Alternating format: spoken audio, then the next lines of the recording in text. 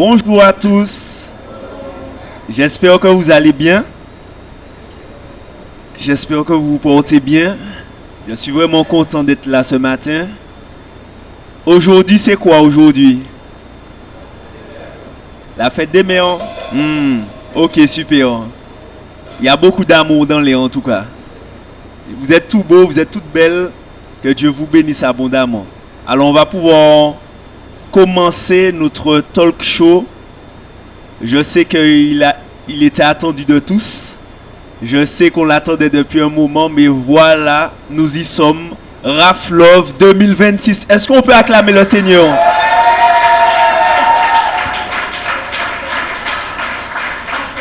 Gloire à Dieu.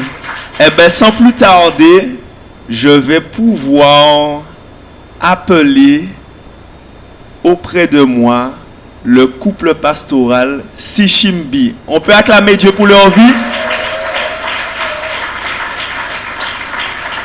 Alléluia, gloire à Dieu. Et dans la même foulée, j'appelle aussi le couple pastoral Pépin à nous rejoindre.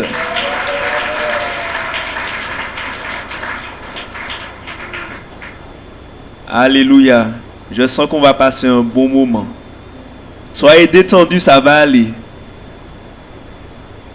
Merci en tout cas de me rejoindre, je me sens moins seul. J'espère que vous allez bien, j'espère que vous vous portez bien. Eh bien, nous allons pouvoir commencer. Gloire à Jésus. Alors, on a reçu pas mal de questions. Alors, on va faire au mieux pour répondre à un grand nombre. Et pour vous apporter pas mal de réponses ou de tips. Donc soyez prêts, soyez disposés. Alléluia.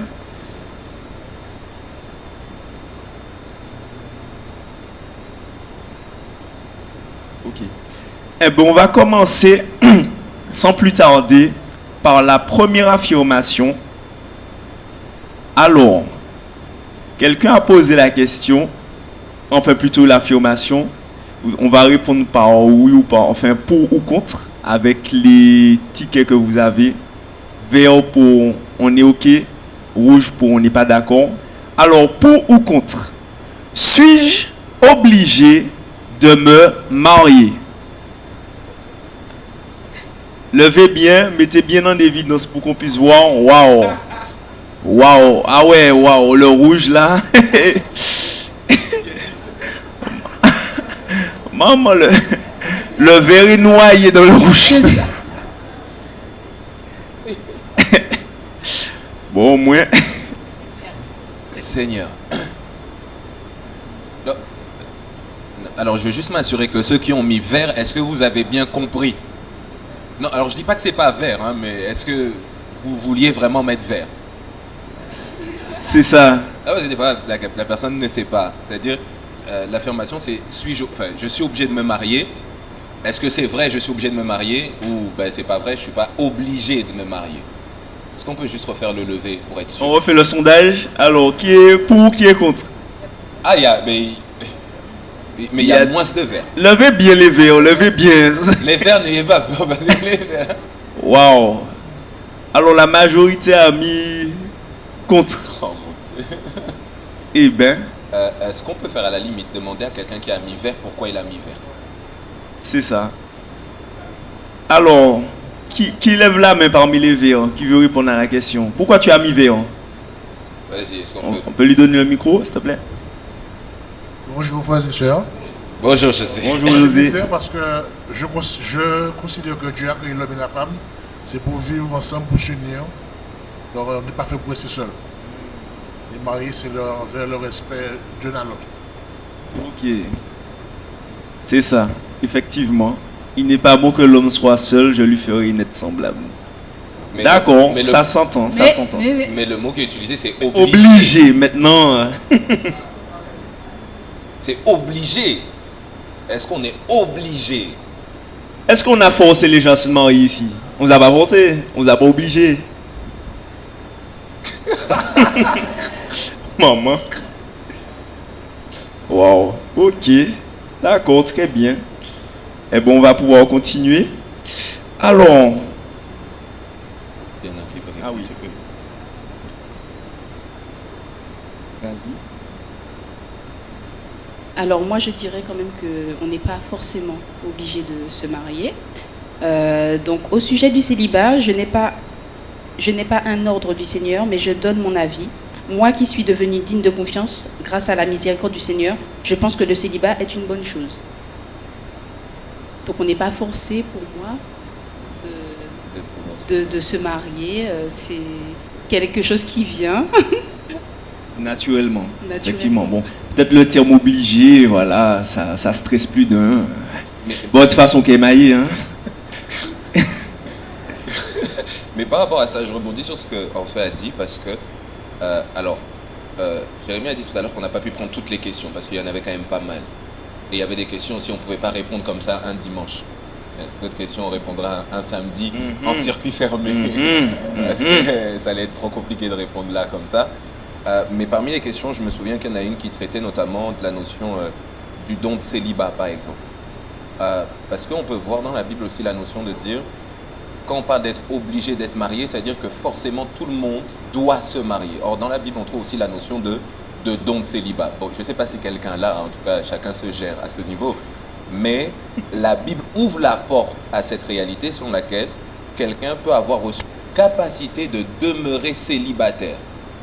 On ne dit pas ici que on impose le célibat en disant, toi, en tout cas, n'essaye pas de te marier, tu ne te marieras jamais. Non. Et qu'on peut recevoir, la Bible ouvre la porte au fait qu'on peut recevoir un don. Alors quelqu'un me dira, pasteur, comment on sait si on a ce don? Généralement, celui qui a ce don, il sait qu'il a ce don. Ouais. Il sait que, moi tout ça, ça me dit rien, hein, rien. Et puis même quand il grandit, ça lui dit toujours rien. Donc lui, c'est seulement le Seigneur, gloire à Dieu. Donc de dire, on peut aussi être dans la possibilité où, on ne se marie pas, on a un don de célibat, et donc il se peut que toute la vie, on ne se marie pas aussi. Okay? Donc le mariage, c'est une bénédiction de Dieu, mais c'est aussi un choix. Donc on peut choisir de se marier, on peut choisir de ne pas le faire. Ça va pour tout le monde? Amen. Merci, pasteur. C'est clair pour tout le monde? On peut avancer? Super. Ok, on va passer à la première question qui a été posée, c'est comment bien vivre son célibat et gérer ses pulsions et éviter que le désir de se marier prenne la place de Dieu dans mon cœur. Je répète pour tout le monde, j'ai l'impression que j'ai largué quelques-uns. Comment bien vivre son célibat et gérer ses pulsions et éviter que le désir de se marier prenne la place de Dieu dans mon cœur. Est-ce qu'il y a quelqu'un qui se lance pour répondre? Ici, nous, parmi nous. Oui, parmi vous. Alors moi, je dirais bonjour à tous. Que le célibat, en fait, c'est pas une période qui doit être... Enfin, déjà, il faudrait l'accepter. C'est pas une période vide, en fait. Dans le célibat, Dieu peut nous façonner. Dieu peut nous façonner, il peut nous orienter. Donc, on peut vivre un célibat heureux. C'est-à-dire que c'est pas parce qu'on est célibataire que, en vrai, c'est un échec, que on n'est pas comme les autres ou autres. D'ailleurs, il ne faut pas se comparer. Mais moi, je dirais dans mon élément de réponse que c'est une saison, c'est une période d'attente qui n'est pas vide. Mais c'est une saison où Dieu peut façonner chacun dans son célibat. Et aussi, il y a des personnes qui se plaisent. Je pense qu'il faut aussi savoir se plaire dans le célibat avant d'entrer dans le mariage. Moi, je dirais ça. Ouais. Bonjour à tous. Alors, comment bien vivre le célibat? Alors, pour rebondir un peu sur ce que Pasteur Grady a dit, les réseaux sociaux ont un peu, si je peux dire ça comme ça, matrixé les gens. C'est-à-dire que, comme Pasteur Grady a dit, il y a la comparaison qui peut venir. Et de voir que sur les réseaux sociaux, il y a beaucoup de personnes qui se marient ou certains voient aussi qu'ils ont des mariages heureux sur les réseaux sociaux, bien sûr, je précise, parce que c'est parce que tu montes sur les réseaux sociaux, tu ne vas pas montrer quand tu pleures, forcément. Et les personnes qui sont célibataires vont se sentir frustrées, se dire que je suis en train de rater quelque chose, alors que le célibat, c'est un temps de préparation, non seulement pour le mariage, mais aussi pour la vie professionnelle, active. Et comment bien le gérer? Je dirais qu'il faut être entouré des bonnes personnes qui ne vont pas éveiller en toi le fait d'être frustré. Des personnes qui pourront te conseiller aussi de comment ils ont pu bien gérer aussi leur célibat. Et pour répondre à la question de gérer ses pulsions. Ouais. Bon, Comment on fait pour gérer ces pulsions? le terme est un peu fort, pulsion. Alors, c'est normal. Alors, pour ceux qui n'ont pas le don de célibat, c'est normal de sentir au-dedans de soi une attirance vers... Même ceux qui ont le don du célibat aussi. La chair, non? Ah, je pense que L'être humain. c'est moins fort que quelqu'un qui n'a pas. Quelqu'un qui n'a pas le don de célibat, bon, quand il voit bon, je parle, comme je suis un homme, je parle l'exemple masculin. Quand il voit une femme qui lui plaît, bon, c'est normal de se dire, ah ouais, elle est pas mal, quoi. Mais il faut être alors à l'aise avec ça. Et comment bien gérer ses pulsions, c'est de ne pas se retrouver dans des environnements, dans des conditions qui vont nous pousser à répondre à ces pulsions, si je peux dire ça comme ça. Donc, je pense que c'est l'un des conseils que je peux donner à quelqu'un de comment bien gérer ses pulsions. Les pulsions sont tout à fait normales, mais il ne faut pas non plus provoquer... Pas titiller la chair. Non, exactement. Personne n'est fort. Voilà. Alors, juste pour ajouter, c'est vrai que j'ai oublié de vous dire bonjour à toutes, vous êtes beaux, vous êtes belles, bonne fête aux mamans. Alors, pour ajouter, ce que je voudrais dire, c'est que parfois, en fait, les pensées vont venir quand on ne fait rien. On est dans la chambre, on est seul, et puis on est là, l'envie, ça me gratte un petit peu, etc. Il faut dire les trucs. Avance. Dis-nous Lis ta Bible.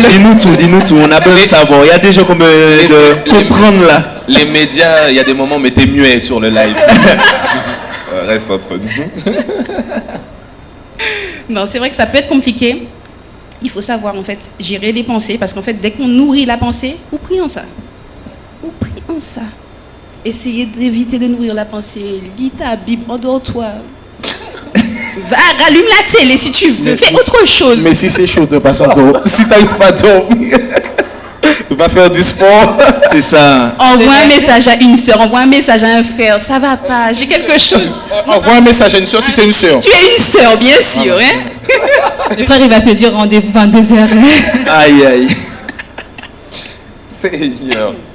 Peut-être que j'irai dans le même sens que tout ce qui a été dit, mais je vais suivre quand même ce que le pasteur Mathias a dit, c'est que il ne faut pas diaboliser ce qui est juste normal. Parce qu'on est des êtres humains. Dis à ton voisin, tu es un être humain.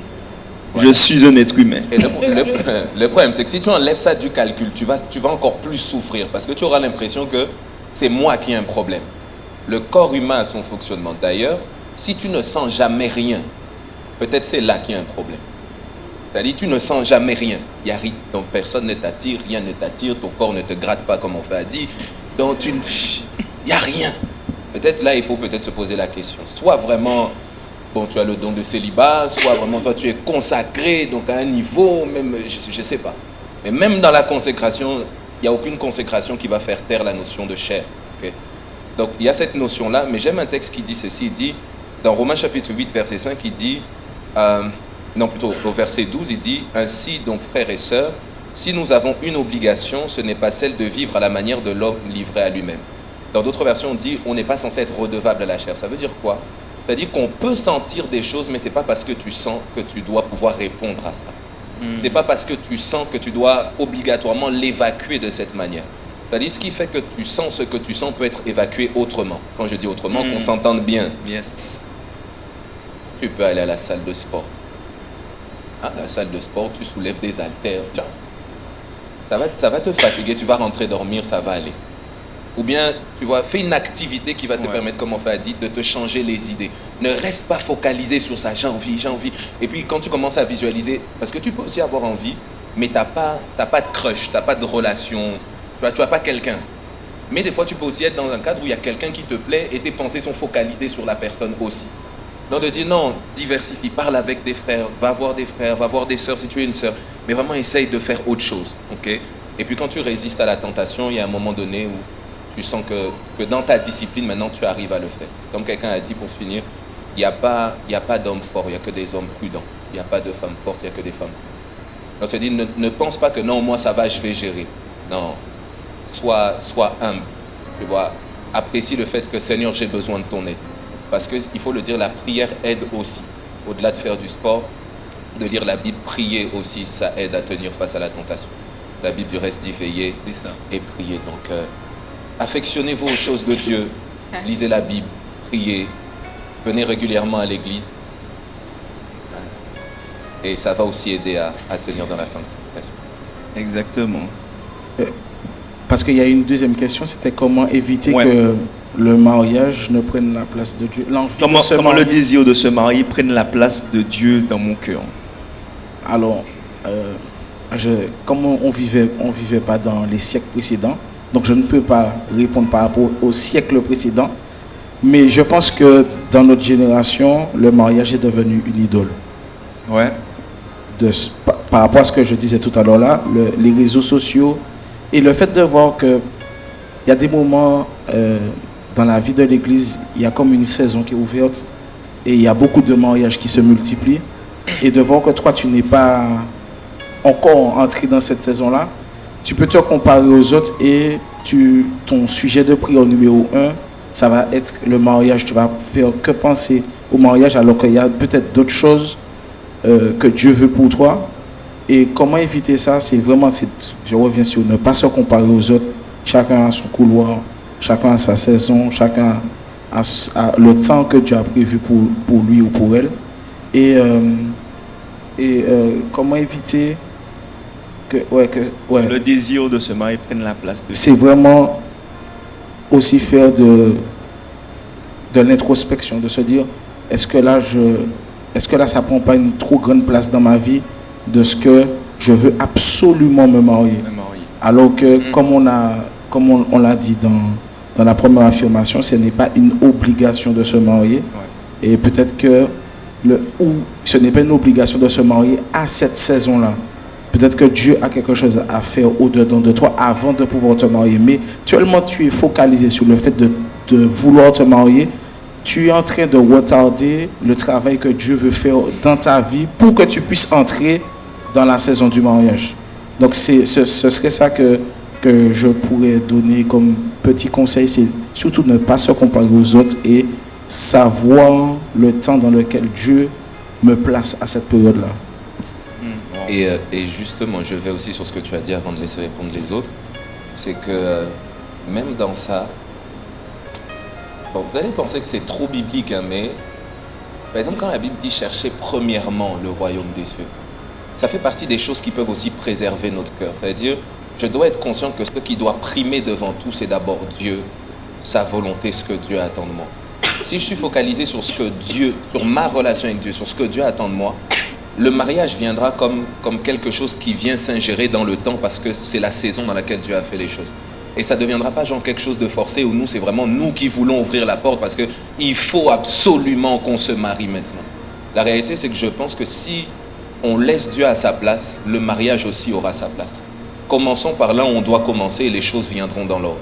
Mais lorsque l'on commence par ce que nous on veut, c'est là qu'il commence à y avoir une guerre sur est-ce que finalement c'est Dieu, est-ce que finalement il y a le mariage, et puis après finalement il y a autre chose à prendre en compte. Donc pour moi je pense que si on reste dans cet ordre-là de se focaliser d'abord sur ce que Dieu attend de nous, sur ce que Dieu veut de nous, au-delà de ce qu'a dit Mathias, ça peut aussi aider. C'est-à-dire rester focalisé sur le fait de mettre Dieu en premier, de rechercher la volonté de Dieu en premier, de servir Dieu. Je fais une petite pastorise, j'ouvre une parenthèse. Vas-y. Que je referme très rapidement. Je pense que ça va nous aider d'un peu parler de nos témoignages personnels. Moi, ma saison du mariage est venue quand je ne cherchais pas du tout à me marier. Je pense que je l'ai déjà dit à certaines personnes. C'est la période où je me disais, moi, finalement, me marier avec une femme, ça va me mettre des bâtons dans les roues, si je peux dire ça comme ça. ça va me... Non, franchement, j'étais frustré des relations. Ça ne m'intéressait plus du tout. J'avais déjà dit que j'allais finir ma vie célibataire et puis j'allais faire ce pourquoi Dieu m'a appelé, mais tout seul. Et c'est à ce moment-là que finalement Dieu a changé les choses. Donc, pour revenir sur le verset que le pasteur a dit, quand on cherche premièrement le royaume de Dieu, c'est là que Dieu te dit, ah ok, comme tu as décidé de me remettre à l'endroit où je dois être, eh ben, je vais te donner ce que tu... Enfin, moi je ne désirais pas, mais Ouais. il me le fallait. Voilà. C'est très pertinent ce que tu dis là, Pasteur Mathias, parce qu'effectivement, l'ordre doit être le suivant: Dieu, son conjoint, sa famille, et puis tout le reste après. Parce que si on déroge à cet ordre, tout est dérangé, Oui. et même ton conjoint peut devenir ton idole, même si tu es marié. Oui. Et il peut prendre la place de Dieu, et c'est pas ça le but. Donc en soi, c'est vraiment rechercher les choses d'en haut, c'est rechercher Dieu premièrement. Et une fois que tu cherches Dieu, chaque instant tu cherches Dieu, eh ben, le reste va découler automatiquement. Il te donnera de l'amour pour ton partenaire et tout le reste. Et même sur ça, je rebondis sur l'aspect témoignage. Moi aussi, c'est pareil. C'est vrai que par exemple, quand je partage à certaines personnes en leur disant que moi, j'ai jamais prié pour me marier. Il n'y a pas un jour où je me suis mis à genoux, Seigneur, s'il te plaît. Est-ce que c'est mauvais? Non. Mais je me rends juste compte que c'est entré. Et puis d'ailleurs, ma femme pourra peut-être le dire ou peut-être pas. J'ai eu une conversion où ça a été une conversion genre radicale, mais radicale plus. Donc il fallait qu'après ma conversion, je redescende un peu de la planète sur laquelle j'étais. Donc vrai, la notion de me mettre avec une fille, genre, moi c'est Jésus, il revient bientôt, donc reste concentré. Et la réalité, c'est que cet extrême-là a juste emmené le fait pour moi dans mon cœur de me dire, bon, je cherche d'abord Dieu, et le reste est venu comme juste s'imbriquer dans mon quotidien. De telle sorte que, comment est-ce que moi je me suis mis avec ma femme? On discutait, on parlait. Elle m'a posé la question. Du coup, toi et moi, est-ce que toi et moi, on est ensemble? J'ai dit, C'est sa version. Hein. Attends. Ah, Elle dit, donc, non, en vrai, on parlait beaucoup. On parlait comme des frères et sœurs en Christ. Oh, quand même, on parlait quoi, des frères et sœurs. On parlait, on discutait. C'est vrai au téléphone, c'est vrai un peu tard. Mais parce que, bon, l'œuvre de Dieu, voilà, c'est le fardeau. Le fardeau. Et puis, à un moment donné, on parle. Et puis, il me dit, frère, faut éclaircir. Est-ce qu'on est ensemble? Pas deux balles, tu en as qu'une seule. Elle dit, oui. Elle m'a dit, ok. Et nous voici plus de 10 ans après. C'est-à-dire que même le truc de je vais la draguer, comment, je me suis jamais posé la question. Les choses sont faites de manière... Est-ce que ça veut dire que c'est la même histoire pour tout le monde? Non. C'est juste de dire... Va draguer. aïe, aïe. Et maintenant, il me drague maintenant. Rattrapage. Oui, c'est Dieu. Soyons... Donc recherchons Dieu et puis les choses vont juste s'imbriquer. Chacun dans son histoire, mais les choses vont s'imbriquer. Moi, je voulais juste revenir sur la question d'avant, parce que c'est vrai que je suis titillée par la pensée qui n'arrête pas de tourner dans ma tête. La question qui disait, est-ce que je suis obligée de me marier? Alors non, on n'est pas obligé de se marier, surtout pour ceux qui ont le don du célibat, donc ils ne ressentent pas forcément l'envie. Mais je dirais que quand tu n'as pas le don du célibat et que tu es avec une personne, voilà, faut fuir l'impudicité, dit la parole de Dieu. Donc, faut envisager une relation sérieuse, ou sinon tu laisses la sœur. Je dis la sœur parce que c'est moi qui suis une femme, mais ou laisse le frère. Si toi tu vois que j'ai pas envie, mais c'est plus une envie, on va dire, pas le don du célibat, mais simplement t'as juste pas envie, et ben de t'engager, voilà. Et ben laisse le frère ou la sœur tranquille, Amen. s'engager ailleurs. Ah oui, et la question pour cette question-là, moi je rejoins tout le monde, hein, c'est simplement que, bon, c'est vrai que le mariage est une bénédiction, mais il ne faut pas en faire en fait une paranoïa. C'est-à-dire que je pense qu'ils l'ont tous dit, mais moi c'est la même chose, c'est que le mariage est venu à moi quand j'y pensais pas du tout. Je fais aussi partie des personnes qui n'ont pas forcément prié pour son mariage. Et le mariage est arrivé, je me suis dit, ah ouais, ah bon, d'accord. Mais voilà, si on en fait une paranoïa, souvent, souvent en fait, soit ça vient pas, soit tu vas faire des mauvais choix, tu vas te marier avec le premier ou la première venue, parce que tu as une pression en fait, qui peut être une pression des réseaux sociaux, tu vois que tous tes amis se marient, ou une pression d'âge, tu vois que l'âge avance, etc. Donc moi je pense vraiment qu'il ne faut pas que le mariage soit un côté, enfin, voilà, une obsession, mais que ce soit quelque chose voilà, de normal. Et même la Bible dit, fais de l'Éternel tes délices et il te donnera tout ce que ton cœur désire. Amen. Si Dieu sait que tu as Amen. besoin du mariage, il va ouvrir la porte et va te donner ton mariage. Amen. Amen. Amen. Nous Je sommes... peux- Oui, vas-y. Je peux. Alors, j'ai un petit passage, donc Philippiens 4, versets 12 à 13. Donc je vais la mettre, je vais modifier un petit peu les paroles. Alors, je sais vivre dans l'humiliation et je sais vivre dans l'abondance. En tout et partout, j'ai appris à être rassasié et à avoir faim, à être dans l'abondance et à être dans la disette.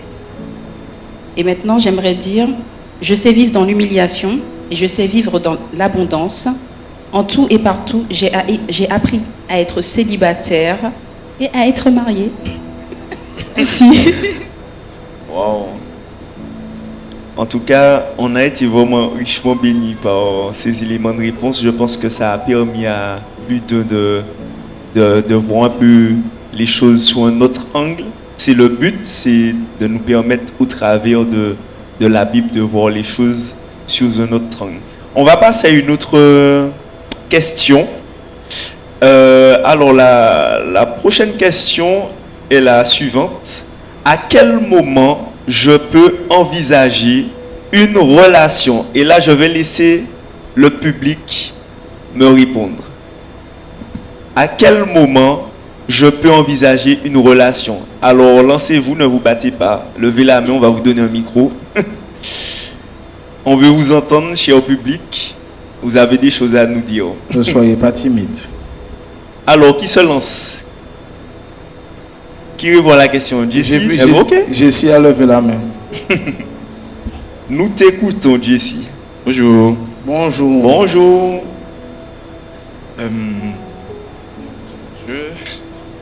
Alors pour moi, quand on veut entamer une relation, déjà il faut être guéri de un. Il faut être guéri. Les guérisons, ça peut être dans tous les sens. Par exemple, demain, je vais rencontrer une fille. Alors, je ne suis pas guéri de mon ancienne relation je vais dire une bêtise. De 2 mois, j'entame une autre relation. Elle fera quelque chose inconsciemment mal. Et moi, je vais le prendre mal. Enfin, comment dire? Oui, vas-y. Oui, continue. Vas-y. En fait, le problème, c'est que le fait qu'elle ait fait cette chose mal, mais comme elle ne le sait pas, mais moi, je ne suis pas guéri, donc c'est là que ça va poser un problème, en fait. Ouais. Donc moi, je me dis, avant d'entamer une relation, il faut connaître Dieu, on s'approche de Dieu, royaume de Dieu, machin. Mais il faut la base. Il a fait ça comme si c'était machin. Mais il faut avant tout guérir intérieurement des blessures passées. Ça peut être des choses de la famille. Ouais. Ça peut être des choses, par exemple, avec les relations passées. Ça peut être avec nos amis. Et pour moi, c'est guérir de nos blessures, c'est très important pour la suite. La guérison C'est de vrai. l'âme, c'est vraiment important, je pense. Effectivement. Mais à quel moment, alors, du coup? On peut entamer une On peut relation. entamer après tout ça? À quel moment? Après 6 mois, après 1 an, après quoi? À quel âge? Ouais, à quel En âge? fait, moi, je me dis que c'est Dieu. En fait, c'est une sorte de feeling. Ah, tu sens dans le Ouais, feeling, voilà. genre que là, en mode, on peut passer à autre chose, quoi. Exactement. Donc après, c'est comme je dis, c'est chacun son bout de chemin, quoi. Ouais. Donc moi, je me dis, avant, c'est de guérir des blessures. Et Ok. pour moi, les blessures, c'est le plus important. Ok. Ouais. Puisque il me... Enfin, je ne sais pas. Alors juste, moi je titille quand même. Les blessures, c'est le plus important. C'est-à-dire pour toi, il n'y a pas la notion de il faut que le gars ait un travail. Il faut que... Donc pour toi, tout ça peut venir après. après le mariage. C'est-à-dire on peut entrer Bien sûr. dedans et ça vient. Ok. Bien sûr. Donc, Ah, on peut se marier et soit l'un des deux Ou les deux ne ou travaillent les pas. deux ne travaillent pas. Et ils sont à Et la pour maison. toi, c'est ok. Bien sûr. Alors, moi je... C'est ok, sans souci. Un mariage d'amour et d'eau fraîche. Hein? En soi, Un mariage je me dis- vraiment d'amour. On est là, on se regarde. T'es beau, t'es belle. en fait, je me dis Quoi, Ricky, on se promène. qu'il y a forcément une préparation quand même. Donc, c'est une préparation. Donc, je ne vais pas dire, bon, on travaille, puis on est là, et puis on va se marier. C'est pas comme ça. Mais c'est une préparation. Financièrement, voilà, il y a des choses à préparer, quoi. Ok, il y a quand même des petites choses à voir. Quand même, Voilà. on rentre pas dans ça comme si on va à l'épicerie. Voilà, c'est ça. Ok, C'est ça. super. Est-ce qu'il y a quelqu'un d'autre qui... On peut acclamer Dieu pour la réponse? Est-ce qu'il y a quelqu'un d'autre qui veut donner son avis? Attends, Carl, il lève la main ou c'est... Attends, tu lèves la main. Ah, tu l'avais là, mais parce que j'écoute, c'était... ok. J'avais Parce pas que l'œuf le Parce que l'œuf Après, répond après. C'est Après, bien, mon les frère. hommes Bon, se lèvent. s'il faut, je vais parler après, mais je laisse mon frère. Ah, waouh. Ça, c'est un homme prêt. Ouais. Je salue tout le monde et que Dieu vous bénisse. Bonjour. Oui, je me permets de répondre à cette question. À quel moment Ouais. entamer une relation? Parce que dans mes débuts, je ne connaissais pas Dieu. C'est vrai que j'ai fait beaucoup de choses en disant, moi, je vais faire. Moi, je vais construire une maison. Moi, je vais me marier. C'est comme ça que ma vie a commencé. Mais cela veut dire aussi que j'ai eu beaucoup d'échecs. C'est pourquoi que, pour répondre à cette question, j'aimerais dire que Dieu nous permette de rechercher sa connaissance, d'obtenir sa grâce de connaissance. C'est par la grâce de connaissance qu'on arrive à saisir ce que c'est que le mariage et pourquoi se marier, pourquoi avoir des enfants, pourquoi travailler. Je pense que c'est Dieu qui nous aidera à parcourir tout ce chemin. Amen. C'est vrai, quand j'ai parlé d'échecs, je ne vais pas rentrer dans les détails, mais j'en ai eu des échecs, mais des échecs terribles. Et c'est quand un jour, Dieu m'a permis de rentrer dans sa maison, j'ai recherché Dieu, j'ai passé du temps à lire la Bible, mais vraiment passé beaucoup de temps à méditer la parole de Dieu. Et j'ai compris ce que c'était que le mariage. Et un jour, je me suis dit, il faut que je me marie. Mais avant ce mariage-là, il y avait beaucoup d'échecs. Wow. C'est pourquoi que je bénis Dieu et je dis tout le temps à mon épouse que c'est Dieu qui a permis notre mariage. Amen. Wow. Peut-être qu'elle On ne va comprend acclamer pour ça. Acclamons le Seigneur. Wow, très beau témoignage. Peut-être que jusqu'à la journée d'aujourd'hui, elle ne comprend pas ce que je dis. Je ne sais pas si elle comprend. Mais je lui dis tout le temps que notre mariage, c'est Dieu qui l'a permis. Amen. Parce que j'ai rencontré mon épouse, Cécile, à partir du moment que j'avais la connaissance, que je savais ce que c'était que le mariage et qu'est-ce que le mariage pouvait entraîner. Ouais. Parce que suite au mariage, il y a un parcours. Et c'est pourquoi à chaque fois que je vais participer à un mariage, que j'ai vécu il n'y a pas très longtemps, le mariage de notre frère, là, Ouais. Très beau mariage. je lui ai dit que ton combat commence. Je ne sais pas si tu te rappelles, je dis toujours ça. Ton combat commence à partir du mariage que le combat commence. Et je bénis Dieu pour ça. Amen. Je bénis Dieu pour ça. Merci. Merci mon frère Yvon. Acclamons le Seigneur. Je voulais juste revenir sur quelque chose que le frère Yvon a dit. Le mariage, c'est le début, c'est un parcours. Ça, c'est très fort. C'est un parcours. Oh yes, oh yes. C'est pas la finalité. Oh, yes. C'est un chemin. Oh yes. Vas-y. Bonjour frères et sœurs. Bonjour, Alors, bonjour, pour répondre à Carl. la question, je vais essayer de rester précis. C'est très important de régler les traumas. Traumas, je reviens sur ce que mon frère a dit. Que ce soit du côté de l'homme, que ce soit du côté de la femme. Parce qu'en fait, on peut rentrer dans une relation et en fait, on a des choses dans le passé, les liens d'âme aussi, aller voir les frères, prier, etc. pour rentrer en fait dans une saison. Parce que le mariage, moi je dis, c'est comme des, vous savez, comme des roches près de la mer. C'est un petit peu épineuses, etc. Et quand elles s'entrechoquent, ça devient lisse, etc. Enfin voilà. Donc le mariage, c'est un combat. Il y a des hauts, il y a des bas. Donc quand on rentre en fait dans sa destinée, de toute façon c'est Dieu qui nous dit, qui nous montre à quel moment c'est le moment du mariage, bien sûr, et à quel moment, en fait, parce qu'on a parlé aussi de travail, parce qu'il peut y avoir des difficultés économiques, il peut y avoir aussi mais trouver une maison, trouver un travail, etc. Donc c'est compliqué. Donc il y a aussi des frères et sœurs qui sont étudiants. Il y a des frères... Donc du coup, il y a plein d'histoires différentes. Et par rapport à mon témoignage, moi, j'étais pas du tout sur le mariage. C'était pas quelque chose qui était... Enfin, c'était pas... Après, c'est un autre témoignage avec Anaïs. Maintenant...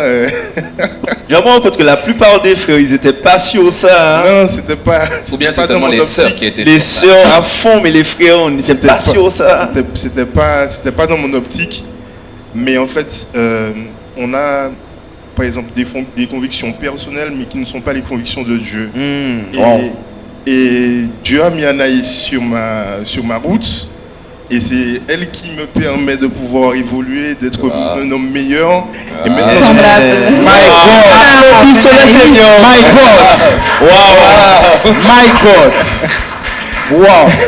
My God. Elle m'a tourné 3 filles merveilleuses. My God. Il y a de l'amour dans l'air. Bon, je crois que j'ai pas répondu à la question. Non, tu as répondu. Je suis sûr que tu as dit. Je peux revenir Bien sûr. Par rapport à tout ce qui a été dit, il y a un verset qui est monté dans mon cœur, qui est dans Luc chapitre 14 au verset 28. La Bible déclare, car lequel de vous, s'il veut bâtir une tour, ne s'assied d'abord pour calculer la dépense et voir s'il a de quoi la terminer. Tout à fait. Quand on est dans le processus et qu'on veut savoir et qu'on pense que c'est le temps, il y a une analyse à faire de la situation. Par exemple, quand tu sais avec quelle personne tu vas te marier, il faut savoir déjà les hauts qu'il pourrait y avoir, mais aussi les bas dans la relation. Parce que, je vais prendre par exemple, je vais prendre notre exemple. Ma femme et moi, quand on s'est mariés, bon, je ne vais pas dire que l'appel au ministère n'était pas clair, mais c'était pas vraiment clair à cette époque-là. Quand on s'est mariés, j'étais pas sûr que j'allais être ce que je suis aujourd'hui. Mais on en avait déjà un peu discuté à l'époque. Donc elle savait déjà à quoi elle devrait s'attendre du fait de se dire que, bon, mon mari sera sûrement un futur pasteur, donc qu'est-ce que ça va impliquer? Et je peux dire ça dans n'importe quel type de travail. Ça peut être une femme qui va se marier avec un pilote de ligne, je veux dire ça. Bon, il faut savoir que tu vas te marier avec un pilote de ligne, tu vas pas beaucoup le voir. Et si tu te dis après t'être marié, je regrette, c'est-à-dire que tu n'as pas calculé la dépense avant de faire l'acquisition du bien. Donc en fait, des fois, on regrette certaines choses parce qu'on n'a pas mûrement réfléchi. On a mûrement réfléchi ce qu'on allait faire. Donc c'est pour ça que lorsque tu es dans cette phase, je pourrais dire, de fréquentation, parce que même c'est avant même les fiançailles qu'on fait tout ça. Tu es dans la période de fréquentation et que tu sais avec quelle personne tu vas te marier et que tu veux te marier, il faut que tu te dises, à ça, il risque d'arriver ça et ça dans le foyer. Est-ce que je suis prête à endurer ça ou est-ce que je suis prêt à endurer ça? Parce que si après tu regrettes, c'est là qu'il peut y avoir des tensions, des choses comme ça. Et du coup, moi je vais sur ce que tu dis. Dans le fait de visualiser en amont, je pense qu'il faut aussi apprendre à se connaître. Je vous assure, le fait de ne pas se connaître peut avoir des conséquences énormes dans le mariage. Apprenez à vous connaître vous-même avant. Tout, c'est pas toujours l'autre. Ça commence avec vous. Ok? Et puis plus vous vous connaissez vous-même, plus vous saurez discerner les choses que Dieu veut travailler en vous. Quand tu sais que, moi je suis pas quelqu'un de patient, attends avant d'entrer dans le mariage. Laisse Dieu travailler ta patience. Tu peux répéter ça, pasteur? On peut retweet ça parce que là, je crois les gens n'ont pas entendu. Les gens n'ont pas entendu. Non, plus tu te connais, plus tu sais les choses sur lesquelles Dieu doit travailler.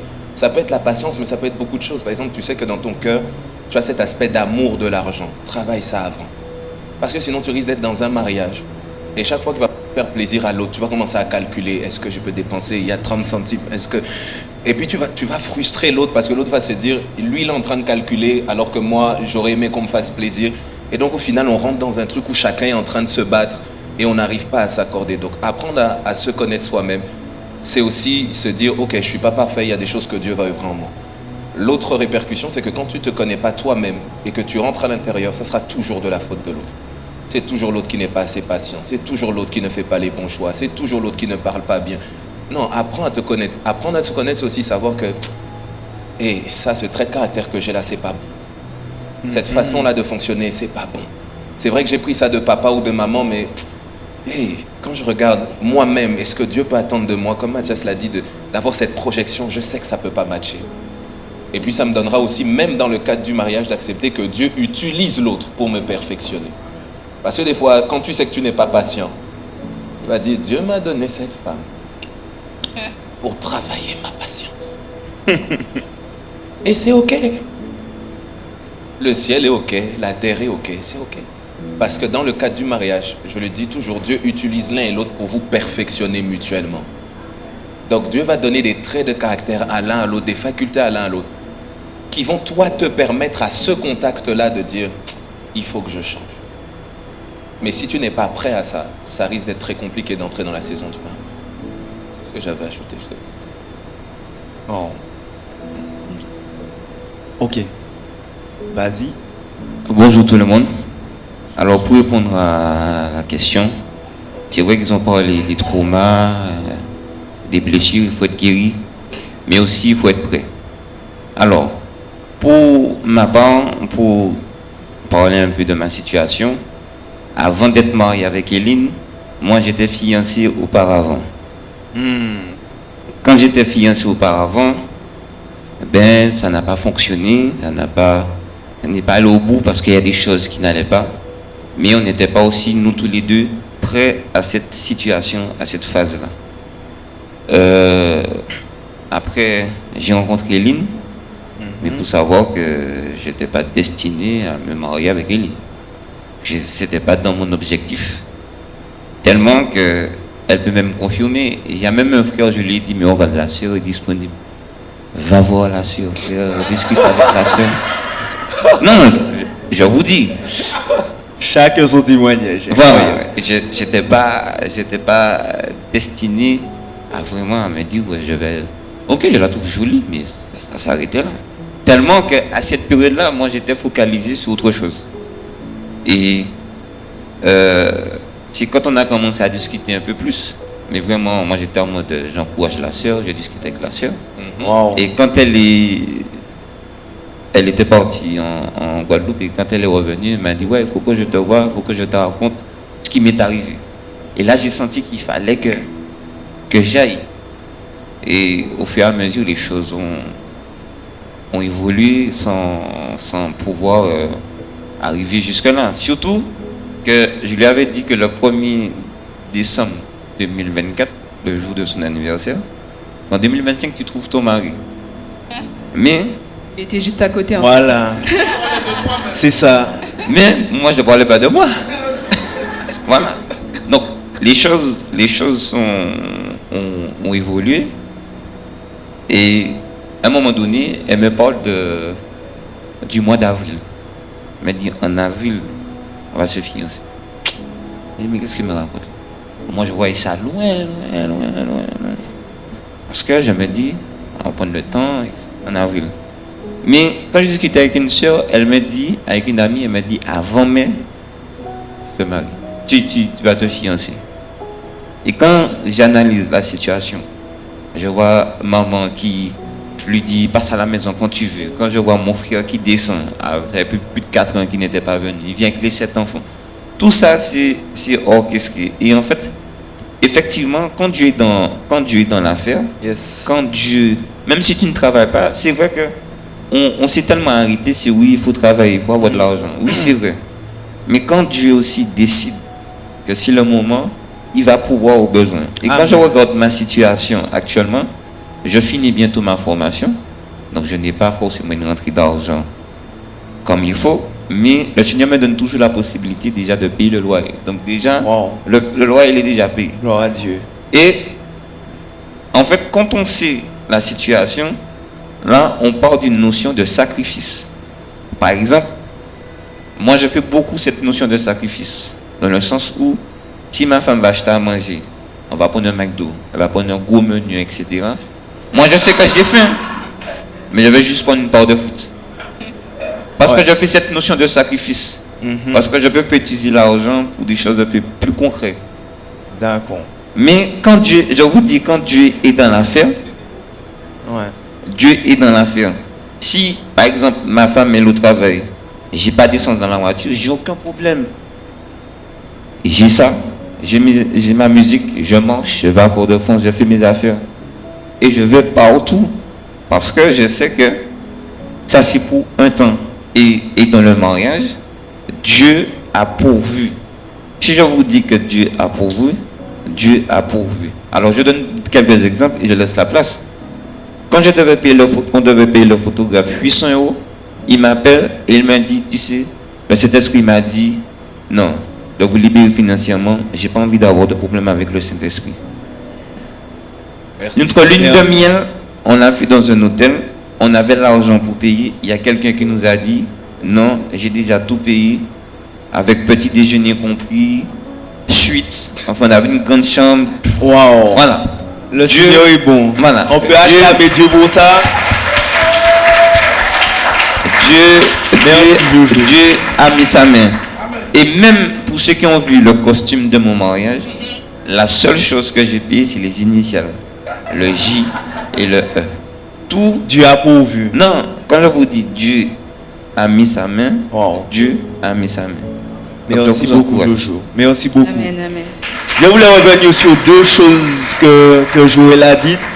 Ça m'a fait... il y a un verset qui est monté dans mon cœur qui disait, dans la parole de Dieu, « Mariez-vous, femmes, comme Christ a aimé l'Église et s'est sacrifié pour elle. » Et deuxième chose, concernant le travail, c'est bienséant, c'est un prérequis qu'on demande à tous, parce qu'on ne vit pas d'amour et d'eau fraîche seulement. Le mariage, c'est beaucoup de réalité. Donc, il est préférable d'avoir un salaire, une entrée d'argent, parce qu'on ne va pas se faire que des bisous, des câlins. Il y a des choses à gérer. C'est mieux. Mais maintenant, vous savez que même dans le mariage, tu peux être licencié. Tu peux perdre ton emploi. Donc, il faudra rebondir. La vie, c'est une succession de rebondissements. Et il faut rebondir. Voilà, c'est juste ça. Moi, si je peux apporter une réponse, la question c'était comment savoir si on est prêt avant de se marier. Alors, toutes les réponses sont bonnes, franchement, elles se complètent toutes. Mais moi, je dirais que c'est aussi une conviction du cœur aussi, de savoir que là, on est prêt. C'est-à-dire que des fois, on est là, on n'a pas forcément la conviction, on n'est pas forcément en paix, mais comme il y a plein d'éléments dans notre environnement qui nous oppressent ou nous pressent, enfin voilà, et ben on veut s'engager alors qu'en fait tous les feux ne sont pas verts. Et moi, j'aime bien parler aussi de maturité, dans le sens de la maturité spirituelle, la maturité émotionnelle et la maturité, je dirais, relationnelle. Parce que spirituellement, faut être quand même assez bien, si je peux dire, parce qu'en fait, le mariage, c'est beaucoup plus spirituel que physique. Et puis la maturité, qu'est-ce que j'ai dit ? Émotionnelle. Ouais, émotionnelle. Faut pas être émotionnellement instable. Un jour je veux, un jour je veux pas. Le mariage, il faut beaucoup donner. Donc en fait, des fois, on est là, on rentre dans le mariage, on se dit, mais il fait pas ci, il fait pas ça, il donne pas. Mais toi, qu'est-ce que tu donnes ? Parce qu'en fait, le mariage, c'est d'abord premièrement donner à l'autre. Donc, ça veut dire que même si tu veux pas, tu dois faire. Parce que c'est ça qu'on doit donner. Et la maturité relationnelle, c'est le savoir-vivre. C'est-à-dire que t'es plus tout seul. Donc, faut mettre la main dans les tâches, faut faire des choses. Faut pas seulement que tout se repose sur une personne. Donc, moi, j'aurais parlé de ces 3 maturités. Après, il y a la maturité financière qui est recommandée, mais c'est vrai qu'aujourd'hui, si une personne travaille dans le couple, ça peut déjà être un bon début pour le foyer. Et après, comme je l'ai dit, c'est-à-dire que la vie, ça évolue en fait. C'est-à-dire que c'est pas parce que la personne là, elle travaille pas que faut lui fermer la porte. Ouais. Ça se trouve que toi-même, tu feras de cet homme ou de cette femme quelqu'un d'excellent. On a des exemples, bon, j'ai l'exemple qui montre, c'est le couple Obama, enfin voilà, donc il y a des choses, faut pas forcément s'arrêter, mais je pense qu'il y a des choses qui sont primordiales, telles que spirituelles, émotionnelles et relationnelles. Amen. Amen. Gloire à Dieu. Alors, ce que je peux ajouter, pour compléter ce que Mathias avait dit et ce que Pasteur vient de dire, Pasteur Gratel, c'est qu'en fait, parfois aussi, on veut s'engager, mais il faut prendre conscience dans quel combat on va entrer. Par exemple, tu sais que la personne, elle ne travaille pas. Donc demain matin, il ne faudra pas pleurer. Ah, j'arrive pas à acheter une chaussette. Il y a certaines choses en fait qu'on voit, même au niveau du caractère. Tu as vu que la personne, elle est comme ci, comme ça. Demain, elle sera comme ça. Elle ne va pas forcément changer tout de suite. Des fois, ça peut s'amplifier comme diminuer. Voilà. Le mariage nous change aussi. Amen, tout à fait. Je peux rajouter quelque chose? Bien sûr. Je pense que j'embraye un peu sur une autre question sur comment savoir que la personne elle est faite, enfin comment dire, le choix du conjoint ou de la conjointe. Je dirais qu'en fait il faut comment dire, il y a l'observation de voir, enfin le caractère donc de voir la personne, mais il y a aussi le fruit, enfin dans Galates 5, les fruits de l'esprit. C'est-à-dire que si la personne, tu observes des mauvais fruits, et ben en fait ça peut être un indicateur pour toi de te dire en fait peut-être que moi je suis prête, mais pas avec la personne qui est en face de moi, parce que la personne elle est pas patiente, elle est pas amour, elle te calcule même pas, elle te donne pas l'heure, c'est une personne qui te stresse tout le temps. Donc tous ces fruits de l'esprit dans Galates 5, si elles ne sont pas, on va dire, un minimum cochés, n'y va pas, hein, sors, n'y va pas. Donc voilà. Effectivement. Donc, peut-être moi je rebondis aussi sur ce qui a été dit dans le sens de dire, dans la notion de maturité par exemple, je crois que l'un des indicateurs de maturité dans ce que ma femme a dit, c'est que c'est la parole de Dieu qui sur ces différents plans va nous aider à savoir à quel stade de maturité j'en suis. Que ce soit maturité relationnelle, par exemple même ton prochain comme toi-même. C'est-à-dire que même la maturité que je vais pouvoir évaluer, elle va toujours être en lien avec ce que la parole de Dieu me dit. Parce que finalement, le modèle que l'on doit atteindre, c'est ce que la Bible nous présente de ce que devrait être une relation. Que ce soit sur le plan émotionnel, relationnel, ou même sur le plan spirituel. Par exemple, aujourd'hui, on remarquera que dans certains couples, ah voilà, il y a une phrase qui me vient. On a peut-être tous suivi ça à un moment donné sur Internet, on dit la place de la femme, c'est à la cuisine. Ouais, bon, ça c'est un mensonge. Ok? C'est un mensonge. Alors, c'est un mensonge, mais le problème, c'est quoi?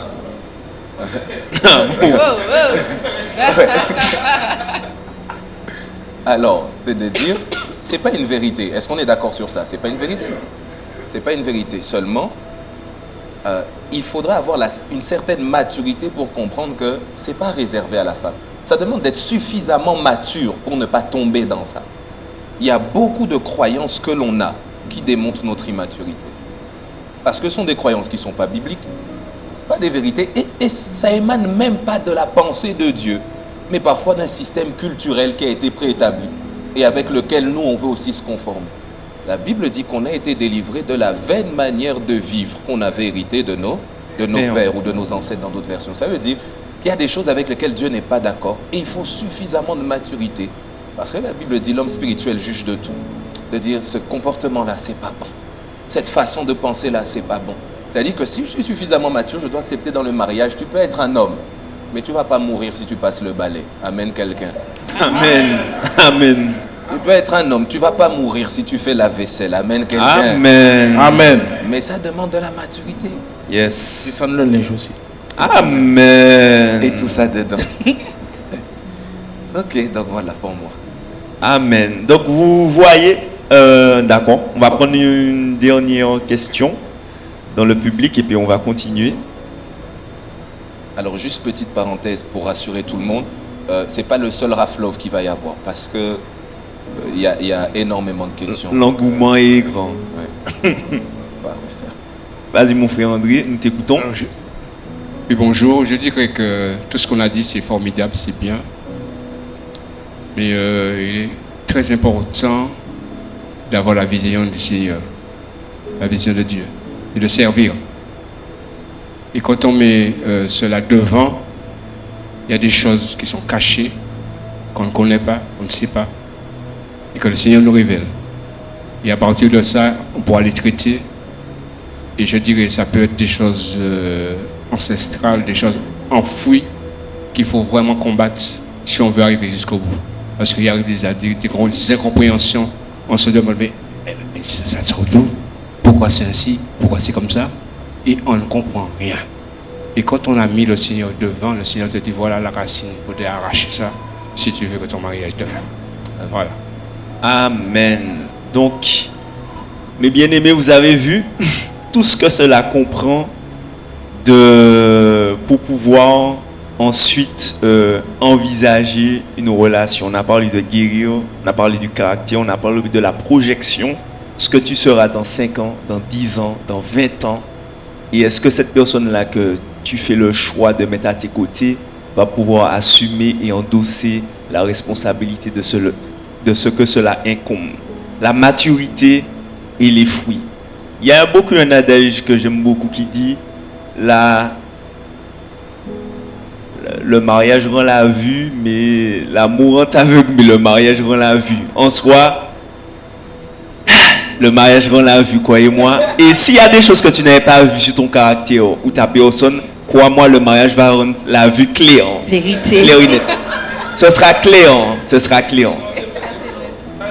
Donc en miroir, en face à face avec soi-même, en vrai. Hein? Ouais. Amen. Eh bien, on va pouvoir poursuivre. Gloire à Dieu. On va passer à une affirmation. Donc, préparez-vous. Pour ou contre, on peut envisager une relation avec quelqu'un qui n'a pas la même foi que nous. À vous de jouer. Maman! Ah ouais, les rouges en masse. Eh bien, oui, il y a quelques verres. Donc, s'il y a un verre qui veut bien nous s'exprimer, et puis aussi un rouge, on va laisser un rouge s'exprimer aussi. Est-ce que tu es sûr que tout le monde a compris l'affirmation? Alors, est-ce que vous avez compris ou il faut que je reprenne? Ben, je vais reprendre. Pour ou contre, on peut envisager une relation avec quelqu'un qui n'a pas la même foi que nous. Donc, si tu es chrétien et la personne est d'une confession différente, est-ce que tu penses que ça peut matcher? Rouge, c'est non, vert, c'est la même question. C'est la même question. J'ai juste reformulé différemment. La même. Non, parce que de base, l'affirmation, c'est on peut envisager une relation avec quelqu'un qui n'a pas la même foi que moi, que toi. Entamé? D'accord. Ben, c'est envisagé. Dans tous les cas, c'est fait. On peut envisager une relation avec quelqu'un qui n'a pas la même foi que nous. Alors, levez la main bien. Tout le monde, levez. Nancy a levé la main pour lever. D'accord. Bon, ben on va laisser Nancy s'exprimer. Alors, bonjour à tous. Bonjour Nancy. Donc, alors, moi, je pars du principe qu'on a utilisé le verbe envisager. Donc, c'est-à-dire que si j'envisage, par exemple, avec le frère, etc., qui peut y avoir une histoire, je me dis que Dieu est tout puissant, il peut tout faire. Donc, par rapport au fait que, par exemple, il va voir que je suis heureuse, ce que Dieu fait dans ma vie, etc., c'est Dieu qui touche le cœur, c'est Dieu qui transforme, et Dieu peut le convaincre au final que c'est lui la voie, c'est lui le chemin, donc la personne peut se convertir au final. Voilà. Ok. D'accord. Ok. Ça s'entend. Non, elle a joué avec. C'est parce qu'elle a joué avec les mots. Envisager. Elle a joué avec le mot envisager. Donc c'est bien joué de sa part. Mais on va. Il y avait d'autres idées. On dit tu es vert, tu veux envisager de répondre. Vas-y, envisage. Vas-y, envisageons. Envisageons, puisqu'on est parti pour envisager. Bonjour à tous. Désolé pour ma voix, j'ai beaucoup crié hier. Que Nancy a dit, parce qu'en fait, bon là, des fois, le plus souvent, les gens se rencontrent dans les églises, ils ont la même foi. Mais des fois, on peut rencontrer quelqu'un au travail, par exemple, et puis le feeling passe bien, et puis on apprend à connaître la personne. Bon, finalement, cette personne, je sais pas, elle peut être de religion musulmane, par exemple. Et de par peut-être ce qu'on va dégager, cette personne va s'intéresser à notre communauté, va venir dans notre église et peut se convertir. Comme elle a dit, et donc devenir quelqu'un qui partage la même foi que nous. Donc après, par contre, peut-être que, et même peut-être la question était plus difficile si entamer une relation, envisager un mariage avec quelqu'un qui n'a pas la même foi, là peut-être c'est une question qui est plus compliquée. Et donc bon voilà, mais si c'est entamer une relation, comme elle a dit. Mais la relation c'est pour aboutir à quoi si tu l'entames? Si tu veux pas, tu peux pas te marier avec. Après, il faut déjà savoir si on partage les mêmes valeurs. C'est pas parce que je parle avec quelqu'un que je vais me marier tout de suite. Et donc là c'est dans la discussion. Enfin, Oui, c'est la fréquentation. Oui, parce que de toute façon on peut pas savoir. Enfin, moi je me dis pas à chaque fois que je parle avec quelqu'un, je veux tout de suite savoir si je veux me marier ou pas. C'est pendant 3 secondes. Donc on va parler et puis après on verra si c'est le plan de Dieu, si on partage les mêmes valeurs, si on va partager la même foi. Et puis après, voilà, on va faire un choix. Mais pour moi, c'est pas un obstacle, en tout cas pour entamer une relation, que quelqu'un n'ait pas la même foi au départ. Après, si cette personne-là est convaincue que c'est sa religion qui est bonne, c'est sa foi qui est bonne, et puis que moi, je suis de mon côté, bon, c'est sûr que ça part mal. Voilà. Merci Andy pour ta réponse. C'est vrai.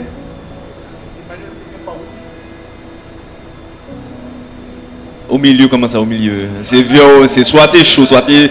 C'est quoi alors? T'es rouge ou t'es vert? Ben, parle sur le rouge, parle sur le rouge. Comme on a eu 2 verts, parle sur le rouge. Alors, je vais d'abord préciser quelque chose. C'est que la foi et la religion, c'est des choses différentes. Donc, on parle de même foi et pas de même religion. Pourquoi je dis ça? C'est parce que les années ont fait qu'il y a évangélique, il y a adventiste, il y a catholique. Et en parlant avec des évangélistes, tu peux moins te retrouver que te retrouver avec un catholique. Donc on parle de même foi et pas de même religion.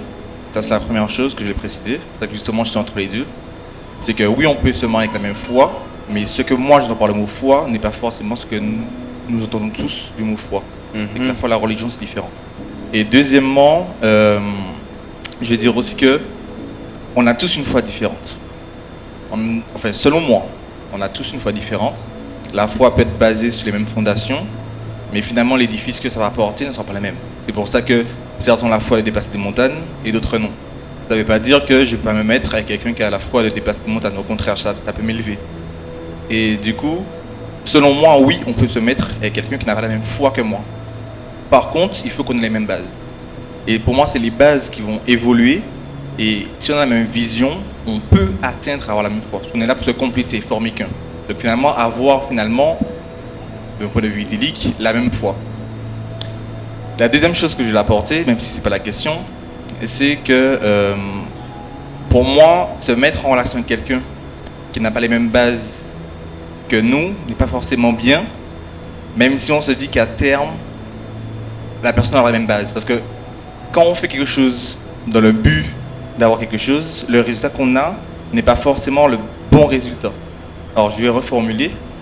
Si je me mets en relation avec quelqu'un qui est athée et je me dis qu'avec les années elle peut devenir chrétienne, finalement les raisons qui l'ont poussée à être chrétienne, ça peut tout à fait être mon témoignage, ma vie, ça peut être quelque chose de concret.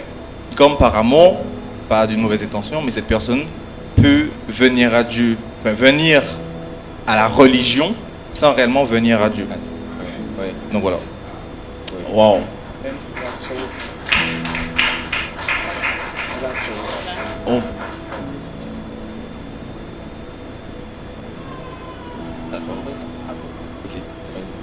Ok. C'est Julie. Vas-y, ma soeur. La Bible est très claire. La Bible dit de ne pas nous mettre sur un joug étranger. Donc, un cheval et un âne ne peuvent pas avancer ensemble au même rythme. Et on a l'exemple de Samson. On a l'exemple de Samson qui était juif. Sa maman l'avait supplié de ne pas aller avec la fille philistine. Et il a fait. Et on a vu la décadence de Samson. Il a perdu l'essence même de sa foi. La mission pour laquelle Dieu l'avait destinée. Et donc, je pense qu'on ne peut pas sanctifier quelqu'un d'autre. La personne ne peut pas, mais on ne peut pas l'amener à la sanctification. On ne peut pas le sanctifier. Au contraire, c'est la personne qui va nous tirer vers le bas. On ne va pas monter, mais la personne va nous tirer vers le bas. la personne le non-chrétien va tirer le chrétien vers le bas. Automatiquement, évidemment. Merci pour ta réponse. Que Dieu te bénisse. J'ai vu dans les publics. Non. Seigneur.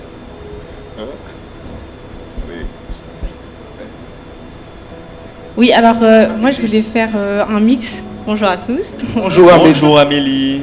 Bonjour à vous. Je vais faire un mix un peu, comment dire, pour rebondir sur ce que Nancy a dit, Emmanuel également.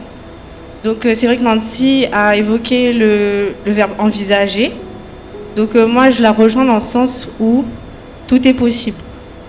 Voilà, tout est possible pourquoi. Ensuite là je rejoins Emmanuel parce que la question a été une fois différente, mais peut-être que la personne voulait aussi parler de religion, je ne sais pas, donc je vais aussi évoquer les deux. Donc si je prends mon cas, j'aurais jamais imaginé me convertir, encore moins à la religion chrétienne. Donc c'est pour ça qu'on parle dans un premier temps de religion. Pourquoi? Parce que de par mes origines, je suis de confession musulmane de base. Okay. Voilà. Après, ça va dépendre juste de à quel stade on se trouve. Est-ce que notre cœur est ancré dans ce qu'on nous a inculqué dans petit? Est-ce qu'on est pratiquant ou pas? Quelles sont nos valeurs? Ça dépend vraiment de l'éducation de chacun. Me concernant, au moment où je me suis convertie, mon cœur était ouvert. Je rejoins ensuite Emmanuel concernant la base. Je n'avais aucune base. Donc ça veut dire que tout était possible parce qu'à l'heure actuelle, j'ai pu me convertir et cheminer avec Christ, sachant que je n'avais pas de base, alors que Ronnie en avait. Donc ça veut dire que là, on est encore sur le terme envisager. Donc on est toujours dans les clous parce qu'à l'heure actuelle, on est mariés, j'ai un cheminement, il a un cheminement, alors que de base, on était de religions différentes. Et de base, nous n'avions pas les mêmes bases. Donc on partait vraiment sur deux schémas complètement différents. Ça ne nous a pas empêchés de cheminer ensemble. Ensuite de moi-même connaître Christ et ensuite grandir dans ma foi. Donc pour moi, c'est possible d'envisager une relation avec quelqu'un qui n'est ni de la même religion, j'ai bien dit envisager, ni la même foi. Parce qu'ensuite, si la personne est touchée par Dieu, parce qu'elle peut être touchée par n'importe quel moyen, elle peut être touchée par des amis, par la personne qu'elle fréquente, ensuite va venir la conversion et ensuite on va pouvoir cheminer et vraiment concrétiser du coup la relation. Maintenant, le seul bémol que je peux apporter, c'est deux personnes de religions différentes avec vraiment, les deux sont ancrés dans deux choses opposées. Pour moi, ce n'est pas possible. Voilà, il faut juste que, voilà, ça dépend vraiment où se situe chaque personne, mais comment dire, la conversion ou le changement de l'un envers l'autre, c'est envisageable, mais si les deux restent sur ok, on a deux religions différentes, pour moi ce n'est pas possible de cheminer ensemble. Moi j'ai une question pour les personnes qui avaient mis vert. Donc ça veut dire que si je comprends bien, c'est-à-dire que vous pouvez, enfin pas vous, mais une personne peut en gros envisager une relation avec une personne qui a une foi différente d'elle, seulement si en fait en gros, si les gens, enfin si ils ne pratiquent pas chacun en fait de leur côté en fait leur confession. Sinon si ils sont pratiquants l'un et l'autre, ça marche pas. C'est ça Amélie? Oui, voilà, c'est ça. C'est que moi j'ai pris mon cas où je n'étais pas ancrée dans la religion en question. Et du coup, ce qui a fait que pour moi, ça a laissé un chemin pour pour que Dieu puisse me toucher. Selon moi, selon mon analyse. Après, je connais pas d'autres témoignages sur des personnes qui étaient vraiment de religions différentes. Et après, je sais que ça existe. Je sais que ça existe, que certaines personnes étaient dans une religion, du coup, on basculait dans une autre. Et qui était ancrée, voilà. Donc ça, je parle pas de ça, je parle vraiment d'une personne qui, elle croit en Dieu, n'a pas de cheminement dans aucune réellement religion, juste on parle de la culture qui est transmise à ce moment-là, et que à ce moment-là, c'est possible de cheminer différemment.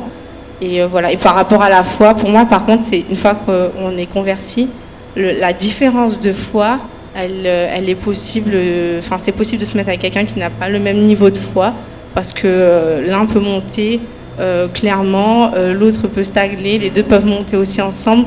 Ça après, il faut juste la connaissance et savoir ce que dit la Bible à ce moment-là et continuer à l'étudier pour continuer à monter. Merci Amélie pour ta réponse. On va s'arrêter là sur les interactions. On va laisser le pasteur Chris nous apporter. Bon, je pense que il faut peut-être, lorsque l'on donne cette affirmation, on peut envisager une relation avec quelqu'un qui n'a pas la même foi. On n'est pas forcément dans la nuance de savoir est-ce que c'est le même niveau de foi. C'est est-ce qu'on reste sur la notion de base, c'est-à-dire avoir une foi chrétienne, avoir mis sa foi en Jésus. Ce qui est vrai, premièrement, c'est que la Bible déjà nous déconseille. Donc je m'associe à la Bible pour déconseiller aussi d'envisager une relation avec quelqu'un qui n'a pas mis sa foi en Christ. Il faut partir du principe que quelqu'un qui n'a pas mis sa foi en Christ, la première préoccupation biblique à son sujet n'est pas est-ce qu'on peut être en relation avec elle, mais c'est que vous lui prêchiez l'évangile. Ça, c'est peut-être la première des choses à considérer. Deuxième élément, c'est qu'on part encore sur une base de conditionnel. On ne sait jamais ce que Dieu peut faire. On n'entre pas dans le mariage avec tout au conditionnel, on ne sait jamais. Parce que dans on ne sait jamais, il y a bien des gens qui sont décédés sans avoir accepté Christ. Et donc, entrer dans le mariage, tu n'as aucune assurance que Dieu va toucher le cœur de ton conjoint. Tu n'en as aucune. Ça, c'est un. Deuxièmement, tu n'en as même pas la capacité. C'est-à-dire, tu peux prêcher matin, midi, soir, et le conjoint que tu as choisi ne se convertit pas. Troisième élément, c'est de dire, puisque vous n'avez pas la même foi, et que ta vie est censée être bâtie sur des fondements qui découlent de ta foi en Christ, vous n'aurez alors absolument pas la même vision de la vie. Pourquoi? Parce que le principe biblique est clair. Celui qui n'a pas reçu Christ est mort, spirituellement parlant. Il ne peut pas avoir une conception en accord avec ce que Dieu veut. C'est-à-dire que vous risquez d'avoir dans votre foyer quelqu'un qui est constamment opposé à ce que Dieu veut véritablement faire avec vous. Quand je dis constamment opposé, je ne dis pas quelqu'un qui va s'accommoder. Je dis quelqu'un qui, dans le fond, ne pourra pas comprendre ce que Dieu veut faire avec vous. Alors, on a parlé du fait de pouvoir envisager, ou de pouvoir, tout à l'heure, le pasteur Mathias l'a dit, de pouvoir calculer la dépense. Est-ce que vous êtes vraiment prêt à passer votre vie avec quelqu'un qui va, en tout cas aussi longtemps qu'il n'est pas converti, qui ne pourra pas, c'est même pas qu'il n'aura pas la volonté, il ne peut pas. Ça, c'est une vérité biblique. Celui qui n'a pas reçu l'Esprit de Dieu, parce qu'il a mis sa foi en Jésus, il ne peut pas.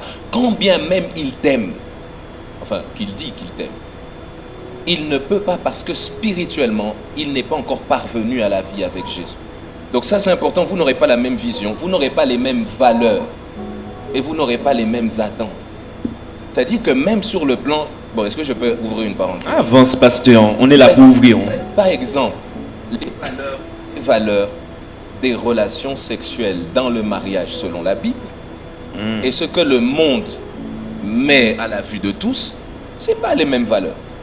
Tu risques d'avoir un partenaire qui te demande des choses où toi-même tu cours, tu dis Seigneur, mais c'est... Jésus-Christ. Ouais. Et pour l'instant, tu vas continuer à prier qu'il se convertisse. Et lui, il aura toujours aussi envie, ou elle, ça peut aller dans les deux sens, de faire des choses qui ne sont pas en accord avec tes valeurs. Donc de dire, quand tu envisages, il faut garder à l'esprit que tu envisages selon Dieu. Et est-ce que tu es prêt, quand tu calcules la dépense, de dire, envisager une relation, c'est bien sûr avec le projet de mariage, mais de se dire, est-ce que je suis prêt à subir ça? Est-ce que c'est vraiment ce que Dieu veut pour moi? Ok? Donc je l'ai dit, si la personne n'est pas encore convertie, bon, ça peut être un frère, un ami que je peux avoir ou une amie, mais le plus important, tant qu'il n'a pas Christ, c'est d'abord son salut. Amen. D'abord son salut, c'est le plus important. Après, on peut avoir des histoires distinctes. Des gens qui se sont mis en couple, tous les deux étaient païens. L'un s'est converti, l'autre a fait un pas à la foi. Donc c'est pas... On donne ici ce que la Bible met comme un cadre biblique. Après, il y a des histoires qui peuvent être différentes de deux personnes qui étaient inconverties. Successivement, ils sont venus à la foi. Ça a très bien marché. Amélie a donné leur témoignage. Et on bénit Dieu pour ça parce que Dieu peut faire des grandes choses. Mais au-delà du fait que Dieu peut faire des grandes choses, ne tentons pas Dieu dans des choses dans lesquelles Dieu ne nous donne pas de garantie à nous-mêmes. Dieu veut plus sauver les perdus que vous-même. Et pour autant, il y a des gens perdus qui se perdent encore. Donc soyons... En tout cas, je nous encouragerai à nous concentrer plutôt, s'il faut parler de relations amoureuses et de projets de mariage, sur déjà des personnes qui ont la même base de foi, c'est-à-dire avoir mis leur foi en Jésus-Christ et qui croient aussi que c'est le seul moyen de salut, le seul chemin, la vérité et la vie. Après, on peut ne pas avoir la même maturité spirituelle, ça c'est un autre débat. Donc voilà un peu la réponse que je donne. Et pour appuyer ce que le pasteur a dit, mais avec un texte biblique pour pouvoir rassurer aussi. Dans 1 Corinthiens chapitre 7 au verset 16, dans la version Bible du Semeur, la Bible dit « Car 3 femmes, tu amèneras peut-être ton mari au salut, mais en fait, qu'en sais-tu ? De même, 3 maris, tu amèneras peut-être ta femme au salut, mais en fait, qu'en sais-tu » Donc en fait, on est beaucoup dans des questionnements. Et j'aime un homme de Dieu qui a pu dire que le mariage, ce n'est pas une évangélisation. Donc en fait, on ne rentre pas dans le mariage pour évangéliser la personne. On ne rentre pas dans une relation pour évangéliser la personne. Parce que comme le pasteur a dit, il y a des personnes qui sont entrées dans le mariage avec un non-chrétien ou une païenne. Et la personne, même si la personne a évangélisé, a encouragé, a donné sa vie à Jésus, la personne est morte comme ça. Donc en fait, le mariage, c'est un plan de paix et de bonheur, si je peux dire ça comme ça. Et tu ne vas pas entrer dans un mariage sachant qu'il y a une condition là qui peut amener qu'il n'y ait pas la paix dans le foyer. Donc au lieu d'aller et d'entrer dans un mariage avec cette condition-là, vaut mieux chercher quelqu'un qui a les mêmes valeurs que toi. Ça va déjà retirer beaucoup de combats dans le mariage. Si je peux... Voilà. Mais 1 Corinthiens chapitre 7 au verset 16, retenez ça. Amen. Oui, comme vous avez dit, en fait, c'est vrai que si on peut éviter certains combats, évitons-les. Tout à fait. Parce qu'après, demain, on pleure, ah, je comprends pas, etc. Il m'interdit même d'aller à l'église, etc. Évitons. Ouais, vraiment. J'aime beaucoup une phrase où quelqu'un disait on rentre, lorsqu'on a la bonne personne, on rentre dans un mariage, on est un adorateur. Par contre, lorsque l'on s'est mal, on a mal choisi, on s'est mal orienté, on devient un intercesseur. Et on est là chaque jour, Seigneur, change-le, touche-le, qu'il se convertisse, qu'il donne sa vie à Jésus. Seigneur, fais-le. Alors qu'au préalable, avec la sagesse de Dieu, Dieu te montre une personne qui est pleinement convertie. La personne ne fait pas semblant. Et puis tu vas avec elle, tu chemines, tu te maries. Et puis tu deviens une adoratrice. Tous les jours, tu loues Dieu, on te voit chanter. On dit, waouh, quelle adoration, mon Dieu. Donc voilà, c'est un peu ça. Si on peut, dans la mesure du possible, chercher des choses qui ne sont pas compliquées, c'est aussi simple, c'est aussi bon. Voilà.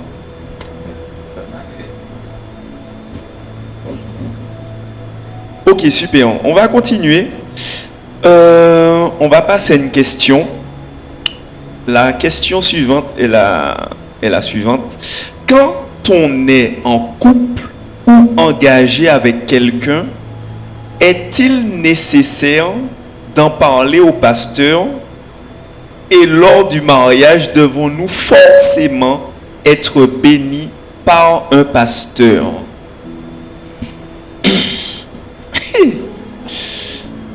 Quelle foi! C'est une question. Bon, il se lance. Aïe, aïe, aïe. Bon, ouais. Ouais. Quelqu'un va dire, le pasteur nous a obligés, il faut qu'on aille lui dire. Oui, vas-y. Je vais commencer peut-être. Alors, la Bible ne rend pas obligatoire le fait de dire quelque chose au pasteur ou à qui que ce soit. Mais je pense qu'en fait, cependant, le pasteur a quand même un rôle qui n'est pas négligeable. C'est-à-dire qu'il a un rôle en fait aussi qui peut en fait parfois lorsqu'on est lancé dans quelque chose, on voit peut-être pas certaines choses.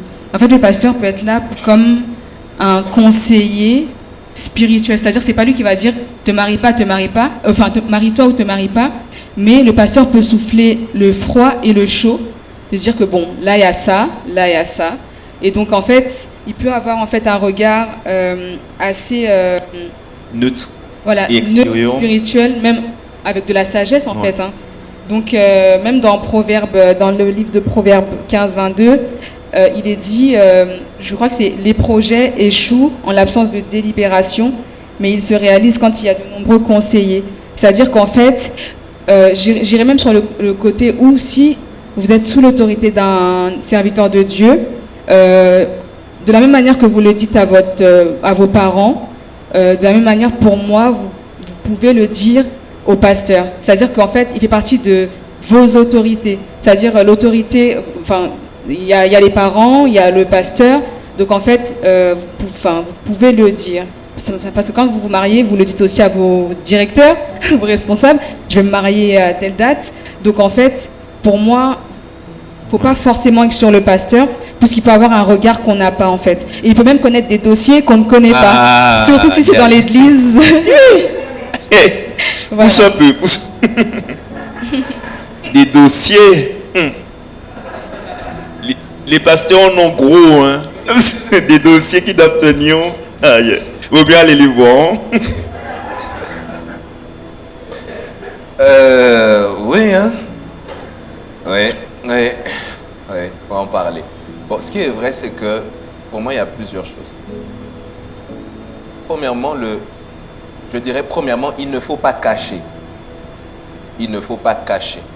Avant de dire, est-ce qu'on est obligé? On ne parle pas d'obligation, mais il ne faut pas cacher. Parce que tout ce que l'on cache volontairement peut sous-entendre quelque chose qui n'est pas sain dedans. C'est-à-dire, se fréquenter dans l'église n'est pas un péché. Quelqu'un me donne un bon amen. Amen. Oui, parce que nous, des fois, les chrétiens, ces gens, tu te lèves. Dieu m'a dit c'est toi. Ah bon? Bon, je vais prier. Ok, Dieu m'a dit c'est toi. Votre relation, c'est Dieu m'a dit. Vous ne vous connaissez pas. Vous ne savez pas qui est l'autre. Vous ne connaissez l'histoire de personne. C'est-à-dire que se fréquenter n'est pas mauvais. C'est juste apprendre à se connaître. Et dans le apprendre de se connaître, ce n'est pas un péché. On peut en parler au pasteur, à l'autorité présente, justement pour premièrement rendre compte.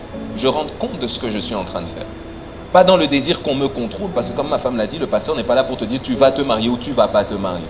Dans tous ceux qui se sont mariés, je pose la question à qui j'ai dit ne vous mariez pas ou mariez-vous de force.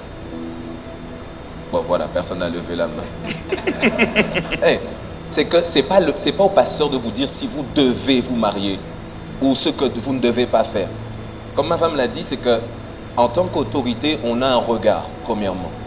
On a une responsabilité vis-à-vis de vous, deuxièmement. Ce que la Bible dit, nous sommes conducteurs du troupeau, c'est lui qui nous a donné cette chape. Et puis, il y a aussi la connaissance que nous pouvons avoir. Le fait de vous connaître, mais aussi de connaître la personne sur qui vous crochez.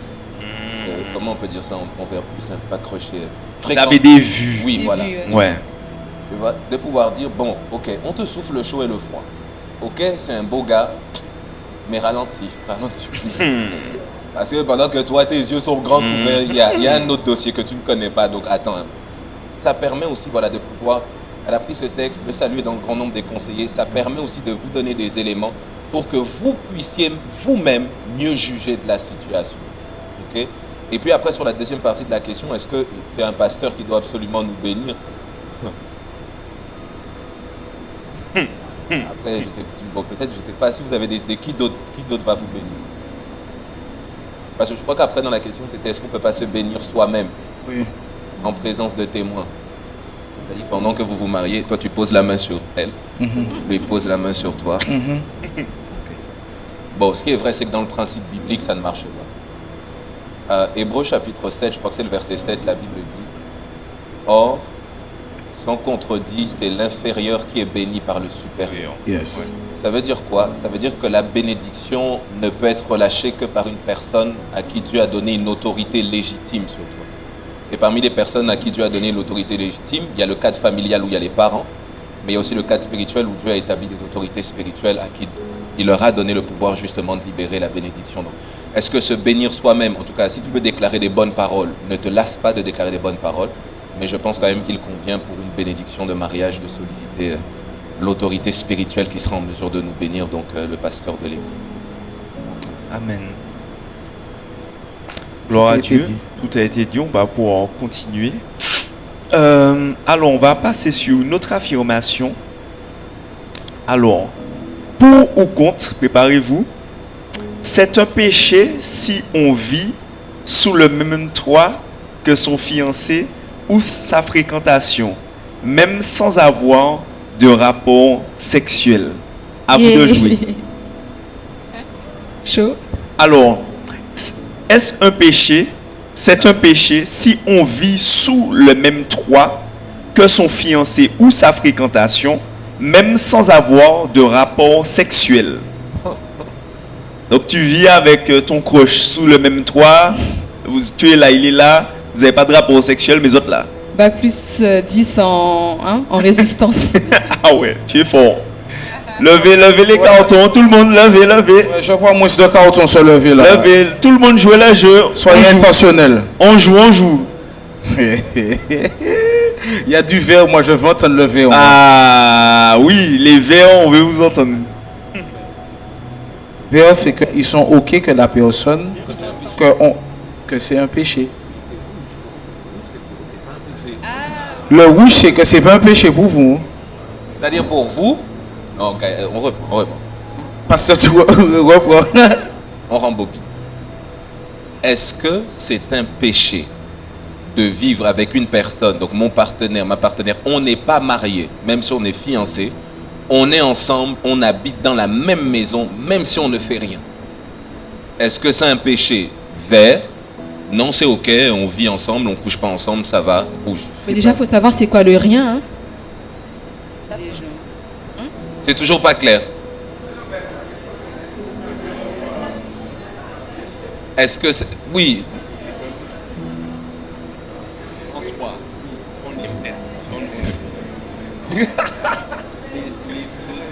Bon, alors, vert ou rouge, tous les verts, levez bien les verts, qu'on puisse bien voir.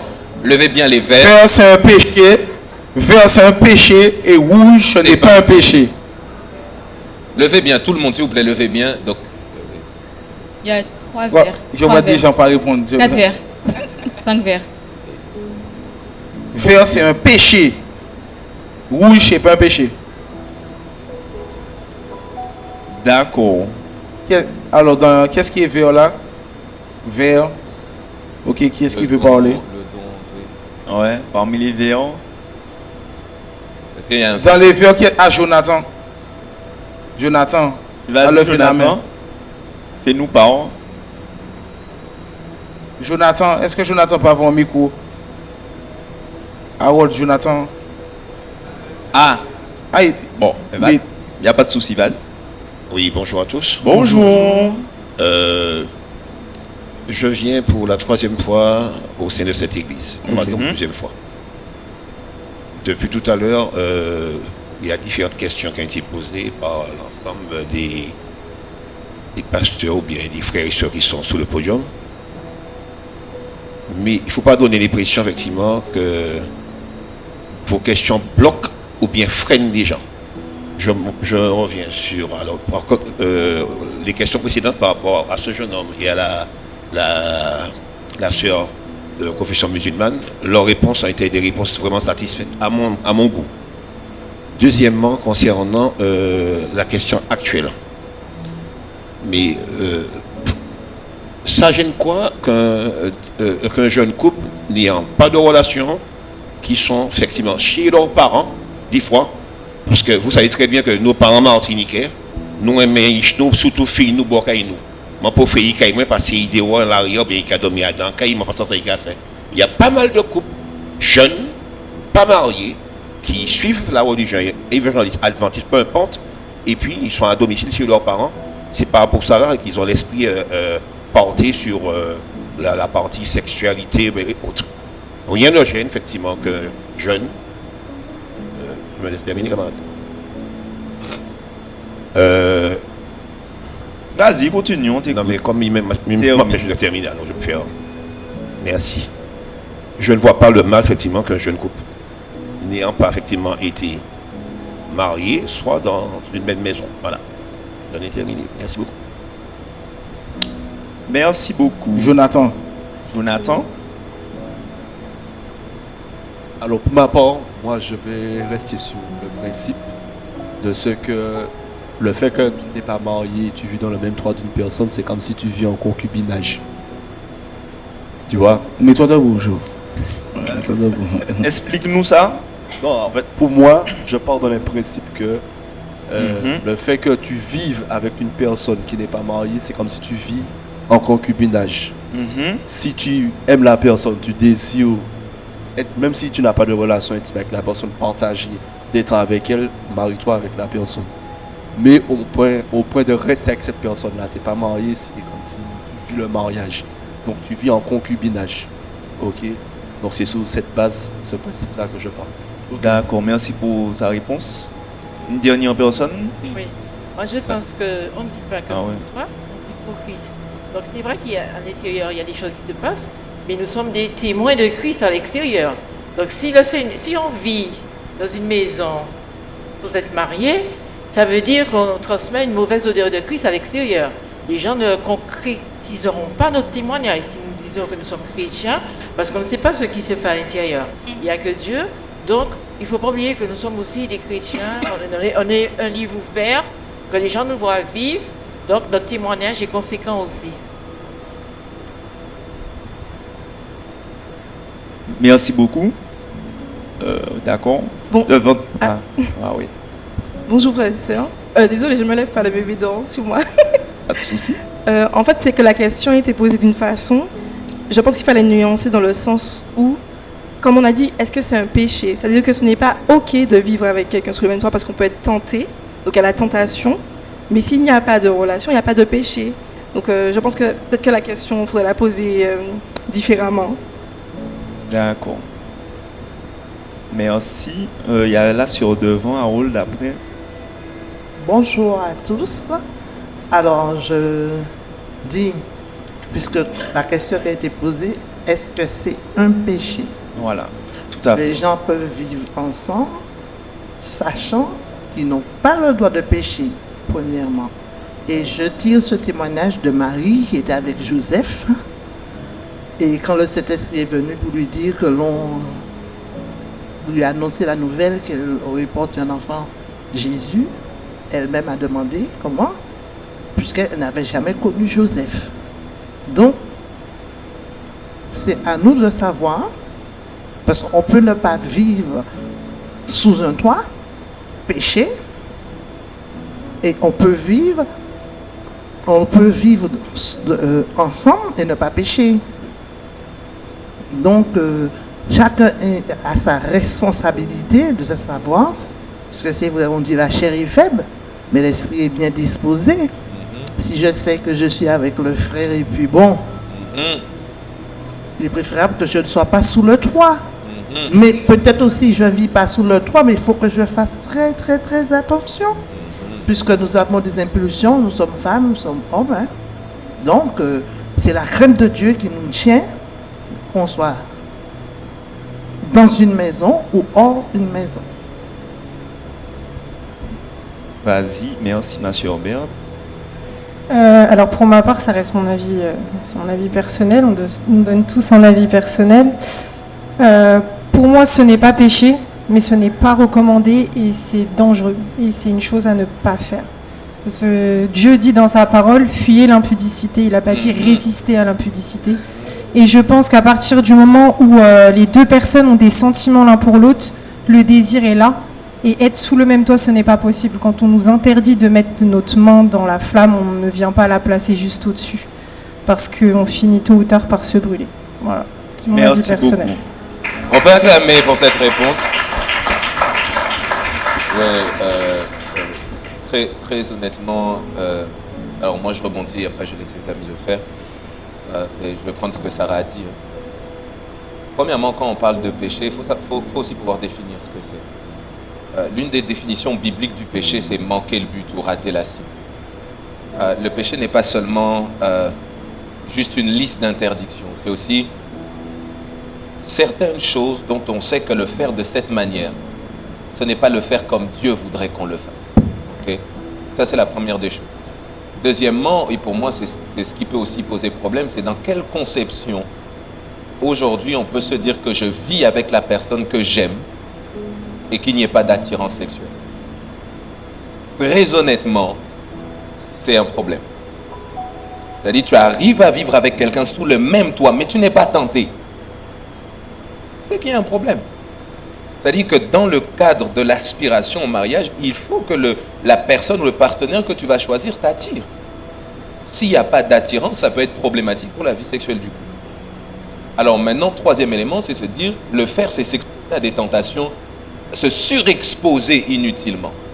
Comme Sarah l'a dit tout à l'heure, la Bible nous demande de fuir et non pas de résister. Il y a des combats qu'on peut éviter. Voilà, la sœur vient te dire, bon, je vais dormir. Toi-même, tu ne sais plus tenir en place. Et lui dit, oh, dans un si grand lit. Oui. Et toi, tu vas dormir dans la cuisine. Il y a un jour, dormir dans la cuisine, ça va te fatiguer. Donc, ne donnons pas l'occasion à l'ennemi de nous emmener là où on ne doit pas aller. Autre élément, c'est de dire, il y a des choses qui sont réservées au cadre du mariage. La Bible dit, c'est pourquoi l'homme quittera son père et sa mère. C'est-à-dire la notion même de quitter le milieu familial pour rejoindre l'autre se fait dans une saison donnée, avec le but donné du mariage. C'est-à-dire même outrepasser ça et te dire, bon, on ne quitte pas, mais nous-mêmes, on reste dedans. C'est quelque part outrepasser un peu les principes que Dieu a donnés. Maintenant, un couple qui se marie, qui pendant un temps peut vivre chez les parents, ça, on peut comprendre. Mais de dire qu'il n'y a pas de raison qui fait que... Et puis, les deux ne sont pas mariés. À ce moment-là, je pense que la sagesse, c'est de pouvoir trouver une autre solution. S'il faut héberger l'une des deux personnes ailleurs, cela peut se faire, mais les laisser vivre ensemble, c'est les laisser exposer. Ça, c'est pas une bonne chose, à mon sens. Merci, pasteur. Est-ce qu'il y en a d'autres qui veulent donner leur avis sur la... Non, la réponse du pasteur était déjà assez complète. Et puis, il y a un passage dans la Bible qui dit que celui qui se croit debout ne prête garde de tomber. Donc, en fait, se retrouver dans une situation où on vit sous le même toit et on n'est pas marié, forcément, au bout d'un moment, ça va conduire à faire ce qu'on ne devrait pas faire, quoi. Donc, par mesure de sagesse, la chose à faire, c'est de ne pas se retrouver sous le même toit avec quelqu'un où l'on sait qu'on a des sentiments, des attirances, etc., etc. Donc, en fait, c'est ce que je pourrais rajouter comme... c'est pas un péché, voilà, mais c'est quelque chose qui va te conduire à pécher. Ouais. Donc, il vaut mieux éviter. Alors, même sur la notion du mot péché, juste ce que je veux que l'on comprenne, c'est qu'on a par exemple des choses qui dans la Bible sont claires, c'est noir sur blanc. Ouais. Okay? Mais il y a d'autres choses en tant qu'enfant de Dieu, ce sont des convictions que l'Esprit de Dieu peut mettre sur notre cœur. Et aller au-delà de ces convictions, c'est un péché. Yes. C'est-à-dire tu peux sentir sur ton cœur que, pour moi, je ne peux pas habiter avec quelqu'un si on n'est pas marié. Et c'est une conviction spirituelle. Aller à l'encontre, ça s'appelle aussi un péché. Parce que l'Esprit de Dieu te convainc. La Bible dit, celui qui sait le bien et qui ne le fait pas commet un péché. Tu sais ce que l'Esprit de Dieu te demande de faire et de ne pas faire. Aller à l'encontre, ça s'appelle aussi un péché. Donc pour moi, c'est de nuancer un peu cette notion-là, mais de garder à l'esprit, guys, n'allez pas tenter le diable. Il est beaucoup plus malin que chacun d'entre nous. Amen. Merci pour ces éléments de réponse. J'espère que ça a pu vous éclairer un peu plus sur l'aspect. Alors, on va passer au dernier pour ou contre. Donc, préparez-vous. Ça va être cardio. Pour ou contre. Il n'y a pas de limite d'écart d'âge pour un couple majeur. Comment je vais reprendre ça? Est-ce qu'il y a une limite d'écart d'âge pour un couple? Est-ce que c'est 5 ans? Est-ce que c'est 10 ans? Est-ce que c'est plus ou moins? Est-ce qu'il y a une limite d'écart d'âge?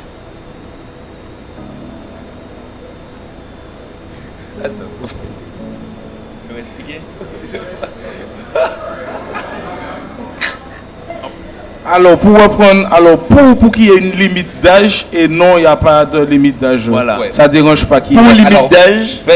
Vers ces limites. Vert, c'est oui, il y a une limite. Vert, c'est oui, il y a une limite. Ouais. Rouge, c'est non, il n'y a pas de limite. Là, c'est mitigé, il y a de tout là. Bien sûr, il a précisé majeur. Majeur. Donc, tout ce qui est en dessous, faut enlever. Voilà, à partir de 18 ans. À partir de 18, même 20. 18. L'âge de la personne, en fait, tu sais qu'est-ce que ça va engendrer. Imaginons que la personne ait 30 ans et que l'autre personne ait 70 ans. Tu sais très bien que tu ne pourras pas envisager d'avoir certaines choses, d'avoir une vie encore plus longue avec la personne.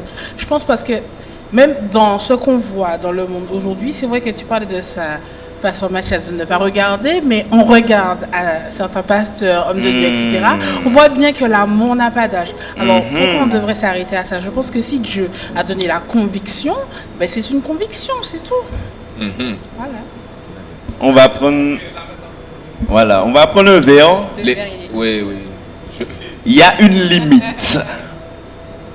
Alors s'il y a une limite, il faudra aussi nous dire laquelle, à peu près, pour qu'on sache. Alors moi, je vais dire pourquoi il y a une limite. Parce que quand même, il y a du respect déjà. Je ne me vais pas me marier. Je ne me vais pas me marier avec ma maman. Bien évidemment. Voilà, c'est logique. Alors j'estime que si j'ai 20 ans, je peux me marier avec une femme qui a 30 ans, d'accord. Mais j'ai 30 ans, je me marie avec une femme qui a 80 ans. Je suis désolé. Oui. C'est rien. C'est rien. Aïe. Vous êtes terrible ici. Je rejoins ce que le frère a dit. Je me dis que j'ai 30 ans et je trouve une femme de 80 ans. C'est bizarre. Moi, je me dis que... Pourquoi 80 Même 50-60, allons sur ça. 50-60. Mais non, je me dis que... Après, Dieu a donné le libre arbitre, mais... Pour moi, c'est comme il a dit, je ne vais pas me marier avec ma maman. C'est bizarre. Après, je comprends ce qu'elle a dit. Mais je trouve ça bizarre quand même. C'est pas... Pour moi, c'est pas cohérent. Mais ce serait quoi la limite? La limite, allez. Donne une limite. 7-8. Maximum. Hein. Je dis, mais après, ça dépend de la vision des gens. Allez, 10 ans. Mais 10 ans d'écart. Pour moi, il y a vraiment une limite. Des deux rapports, hein. C'est-à-dire le gars est plus petit et la fille est plus grande, ou la fille est plus petite, le gars est plus... Des deux côtés. Hein. Je me dis peu importe. Peu importe, ok. Ouais, parce que moi j'allais nuancer par rapport à tout ça. Parce que, est-ce que le rapport n'est pas plus facile quand c'est le gars qui est plus âgé et que la fille est plus jeune? J'ai l'impression que ça passe que mieux. la fille est plus âgée et que le gars est plus jeune. Est-ce que dans votre façon de voir la limite d'âge, est-ce que ça passe plus si c'est le gars qui est plus âgé, la fille est plus jeune? Donc bon, il y a 15 ans, 20 ans, bon, c'est pas trop grave. Mais si c'est le gars qui est plus jeune et puis que la fille a 15 ans, 20 ans en plus, est-ce que... On connaît déjà les mots ici qu'on va employer si la femme est plus grande. On sait déjà. Yann. Bon. Yann. Alors, bonjour à tous. Bonjour Yann. Bonjour Yann, dis-nous tout. Bonjour à tous. Bonjour Yann, waouh. Alors, pour ma part, je pense que c'est une question de maturité en fait. Parce qu'on a bien remarqué que les femmes sont plus matures très tôt. Comparé aux garçons, ça vient très tard.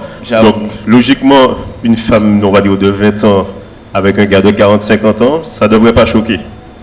Inversement, cas très rare, on peut trouver des gars qui sont assez matures très vite. C'est vrai, j'en connais. Donc, du coup, ça ne devrait pas non plus choquer qu'ils se sentent à l'aise avec quelqu'un de plus âgé. Après, je peux rejoindre le frère dans le sens où tu as ton enfant, tu as ta fille, pour ma part, j'ai ma petite fille, et puis elle me ramène quelqu'un de plus âgé que moi. Ouais, ça passe pas. Je suis d'accord, ça passe pas. Voilà. Pour le coup. Sur ce point-là, voilà. Mais si ma fille se sent bien avec la personne, qu'elle est bien traitée. Si elle se sent bien, on la laisse.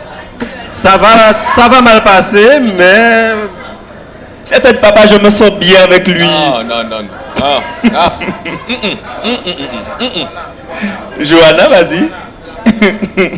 Les parents, là, ils s'expriment.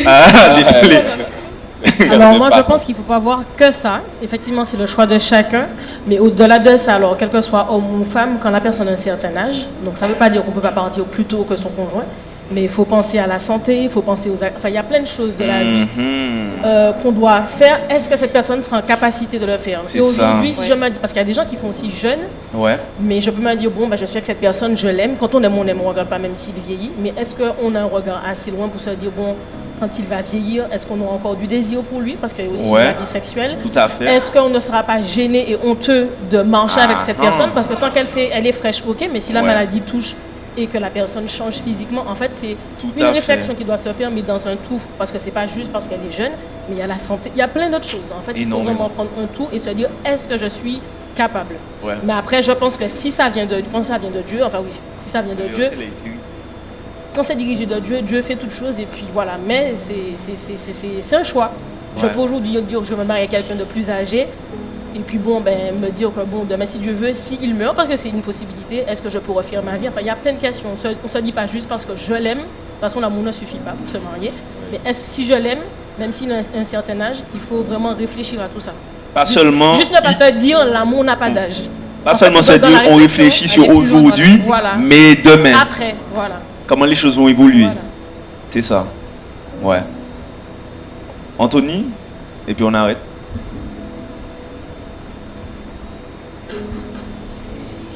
Alors, bonjour. Bonjour, par rapport Anthony. à ça, moi je pense qu'il y a des limites. Parce que par exemple, il y a un monsieur qui, il y a 2 semaines, j'ai appris qu'il y a un monsieur de 90 ans qui s'est marié avec une femme de 40 ans. Et apparemment, là, ils ont un enfant. Et en fait, ce qui se passe, c'est que le monsieur, il a 90 ans et on va dire que dans 10 ans, il ne sera plus là. Et ça veut dire que quand la femme va accoucher, l'enfant va perdre son père dans maximum 10 ans. Et ça peut être un choix, on va dire, égoïste, dans le sens où... Non, mais dans le sens où, en fait, le choix peut être égoïste, dans le sens où le couple va se former, il va y avoir des projets aussi d'enfants, mais si après la personne est très âgée depuis le départ, ben, les enfants vont grandir, en fait, sans parents, sans un foyer, en fait, équilibré et stable. Et ça peut créer après des déséquilibres dans le futur. Et donc tout dépend en fait des projets que le couple envisage dans le futur. Parce que s'il y a des projets d'enfants, ben, ça peut créer des instabilités en fait dans le futur. Tout à fait. Merci Anthony pour ta réponse. Bon, juste, comme c'est la dernière, je vais parler. Alors pour moi, je me vois très mal Gabriela qui vient, elle a 18 ans et me ramener un homme de 38 ans. 18-38, ça fait 20 ans d'écart. 38 ans, il a presque 40 ans et elle vient de commencer la vie. Mais elle veut voyager. Elle te dit qu'elle l'aime. Ça suffit pas, ça suffit pas. C'est tout pour elle te dit ça. Papa, je suis bien avec lui. Il y a les projets d'enfants, il y a les projets voyage, elle veut partir là. Et l'homme à 38 ans, il a dépassé ça. Il a déjà eu certainement une vie au passé. Il vient avec une jeune fille fraîche. Non, ça passe pas. Alors moi, je pense que...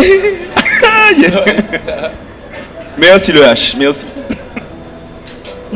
Je pense que vos limites, les limites pour ceux qui ont mis rouge, ce sont plus des limites en fait, on va dire aussi, voilà, enfin comment dire, personnelles.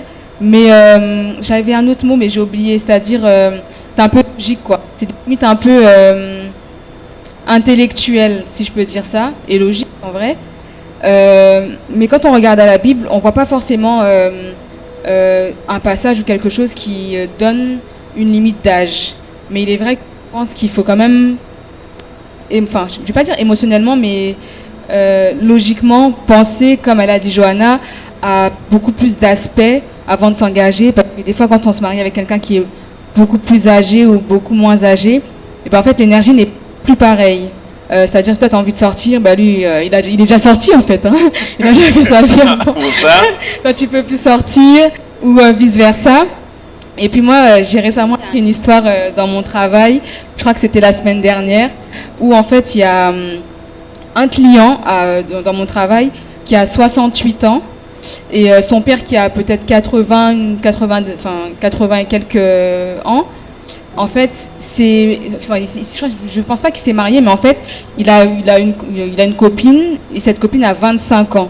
Et ensemble, ils ont eu un enfant. C'est un peu comme Anthony a pu donner comme exemple. Ben ça, pour moi, c'est quand même assez égoïste parce que toi, tu vas partir, l'enfant va peut-être pas grandir avec toi, ou même les enfants aussi ont besoin, en fait, aussi d'avoir de jouer avec leurs parents, d'une vie, on va dire, plus active avec leurs parents.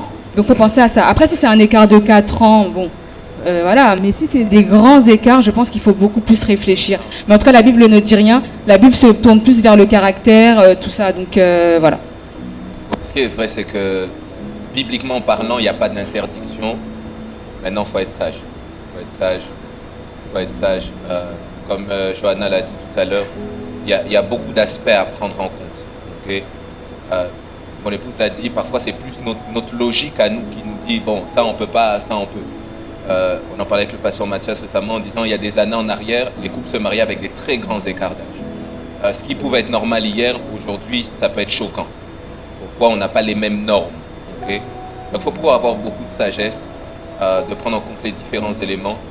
Et puis, que ce soit dans un cas comme dans l'autre, que ce soit la femme qui soit plus âgée ou l'homme qui est plus âgé, la maturité va plus être mise en avant d'abord que la notion d'âge en lui-même. Parce que l'âge est très peu représentatif. Tu as des personnes qui peuvent être jeunes, mais dans le corps, tu as l'impression qu'il a vécu toutes les différentes guerres mondiales, il est déjà fatigué. Et de l'autre côté, tu peux avoir quelqu'un qui est plus âgé, mais qui s'est tellement bien entretenu qu'il est très en forme. Après là, on ne va pas dans les extrêmes de quelqu'un qui a 80 ans. Pour moi, je pense quand même qu'il y a une certaine sagesse à avoir qu'un enfant qui a 20 ans ne va pas se mettre avec quelqu'un qui en a 80. Ça n'aurait pas de sens, ok? Que ce soit en termes de projet de vie, etc. Et puis bon, Yann l'a dit tout à l'heure, même en tant que parent, alors moi, vraiment,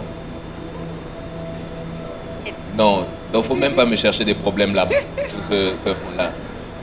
Quelqu'un quelqu'un déjà qui va être plus âgé que moi, le père de mes enfants, pour me dire ta fille. C'est chaud. Oui, donc il faut quand même une certaine logique. Il n'y a pas d'interdiction, mais faisons preuve de sagesse. Parce que prendre quelqu'un qui est plus âgé, ça a toujours des implications. Donc il y a toujours des points qui peuvent être positifs, mais il y a des points qui peuvent être négatifs. Le tout, c'est toujours de peser le pour et le contre et de le faire avec une conviction pleine. Mais de grâce se peut, évitons les trop grands écarts. Ok, les 30, 40, 50, évitons, voilà, pour ma part. Amen. Je ne sais pas s'il y a une dernière intervention par rapport à ça. Vous avez bien répondu. Après, ce que j'aurais pu dire, c'est qu'il faut savoir aussi assumer, enfin, je veux dire, le regard des autres, la famille qui va parler. Est-ce qu'on est prêt à accepter certaines choses? Voilà. Exactement. Eh bien, si c'est bon, eh bien, nous sommes arrivés au terme de notre moment.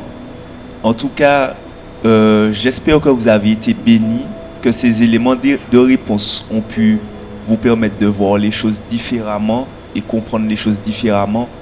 Le sujet est vaste, il y en a pléthore, il y a encore beaucoup de choses. Mais en tout cas, pour aujourd'hui, on a terminé. On peut acclamer le Seigneur pour ce moment.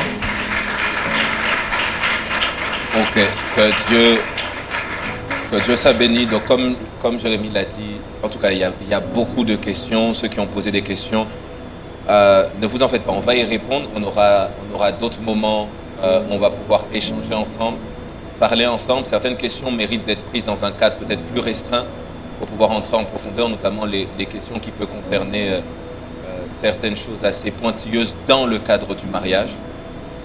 Parce que bon, là, c'est pour tout le monde, mais on va organiser cela. Et puis de dire que l'objectif pour nous, au travers de ces moments de Raflov, c'est pas, on n'a pas l'intention peut-être de donner réponse à tout.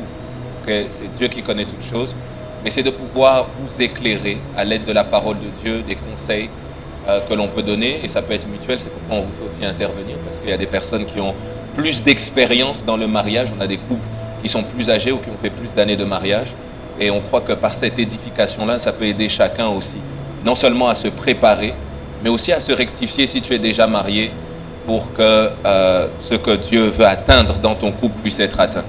Alors, avant de terminer, on va se tenir debout ensemble et on va quand même prier. Parce que le but pour nous, au travers de ces moments d'édification, quand on parle des relations dans l'Église, c'est aussi prier que Dieu restaure là où il y a besoin de restauration, que Dieu guérisse là où il y a besoin de guérison, que Dieu oriente là où il y a besoin d'orientation. Toi-même dans ton cœur, je pense que tu sais où est-ce que tu te situes. Alors j'aimerais que tu prennes quelques minutes, 1 ou 2 minutes, et que tu te mettes à parler à Dieu.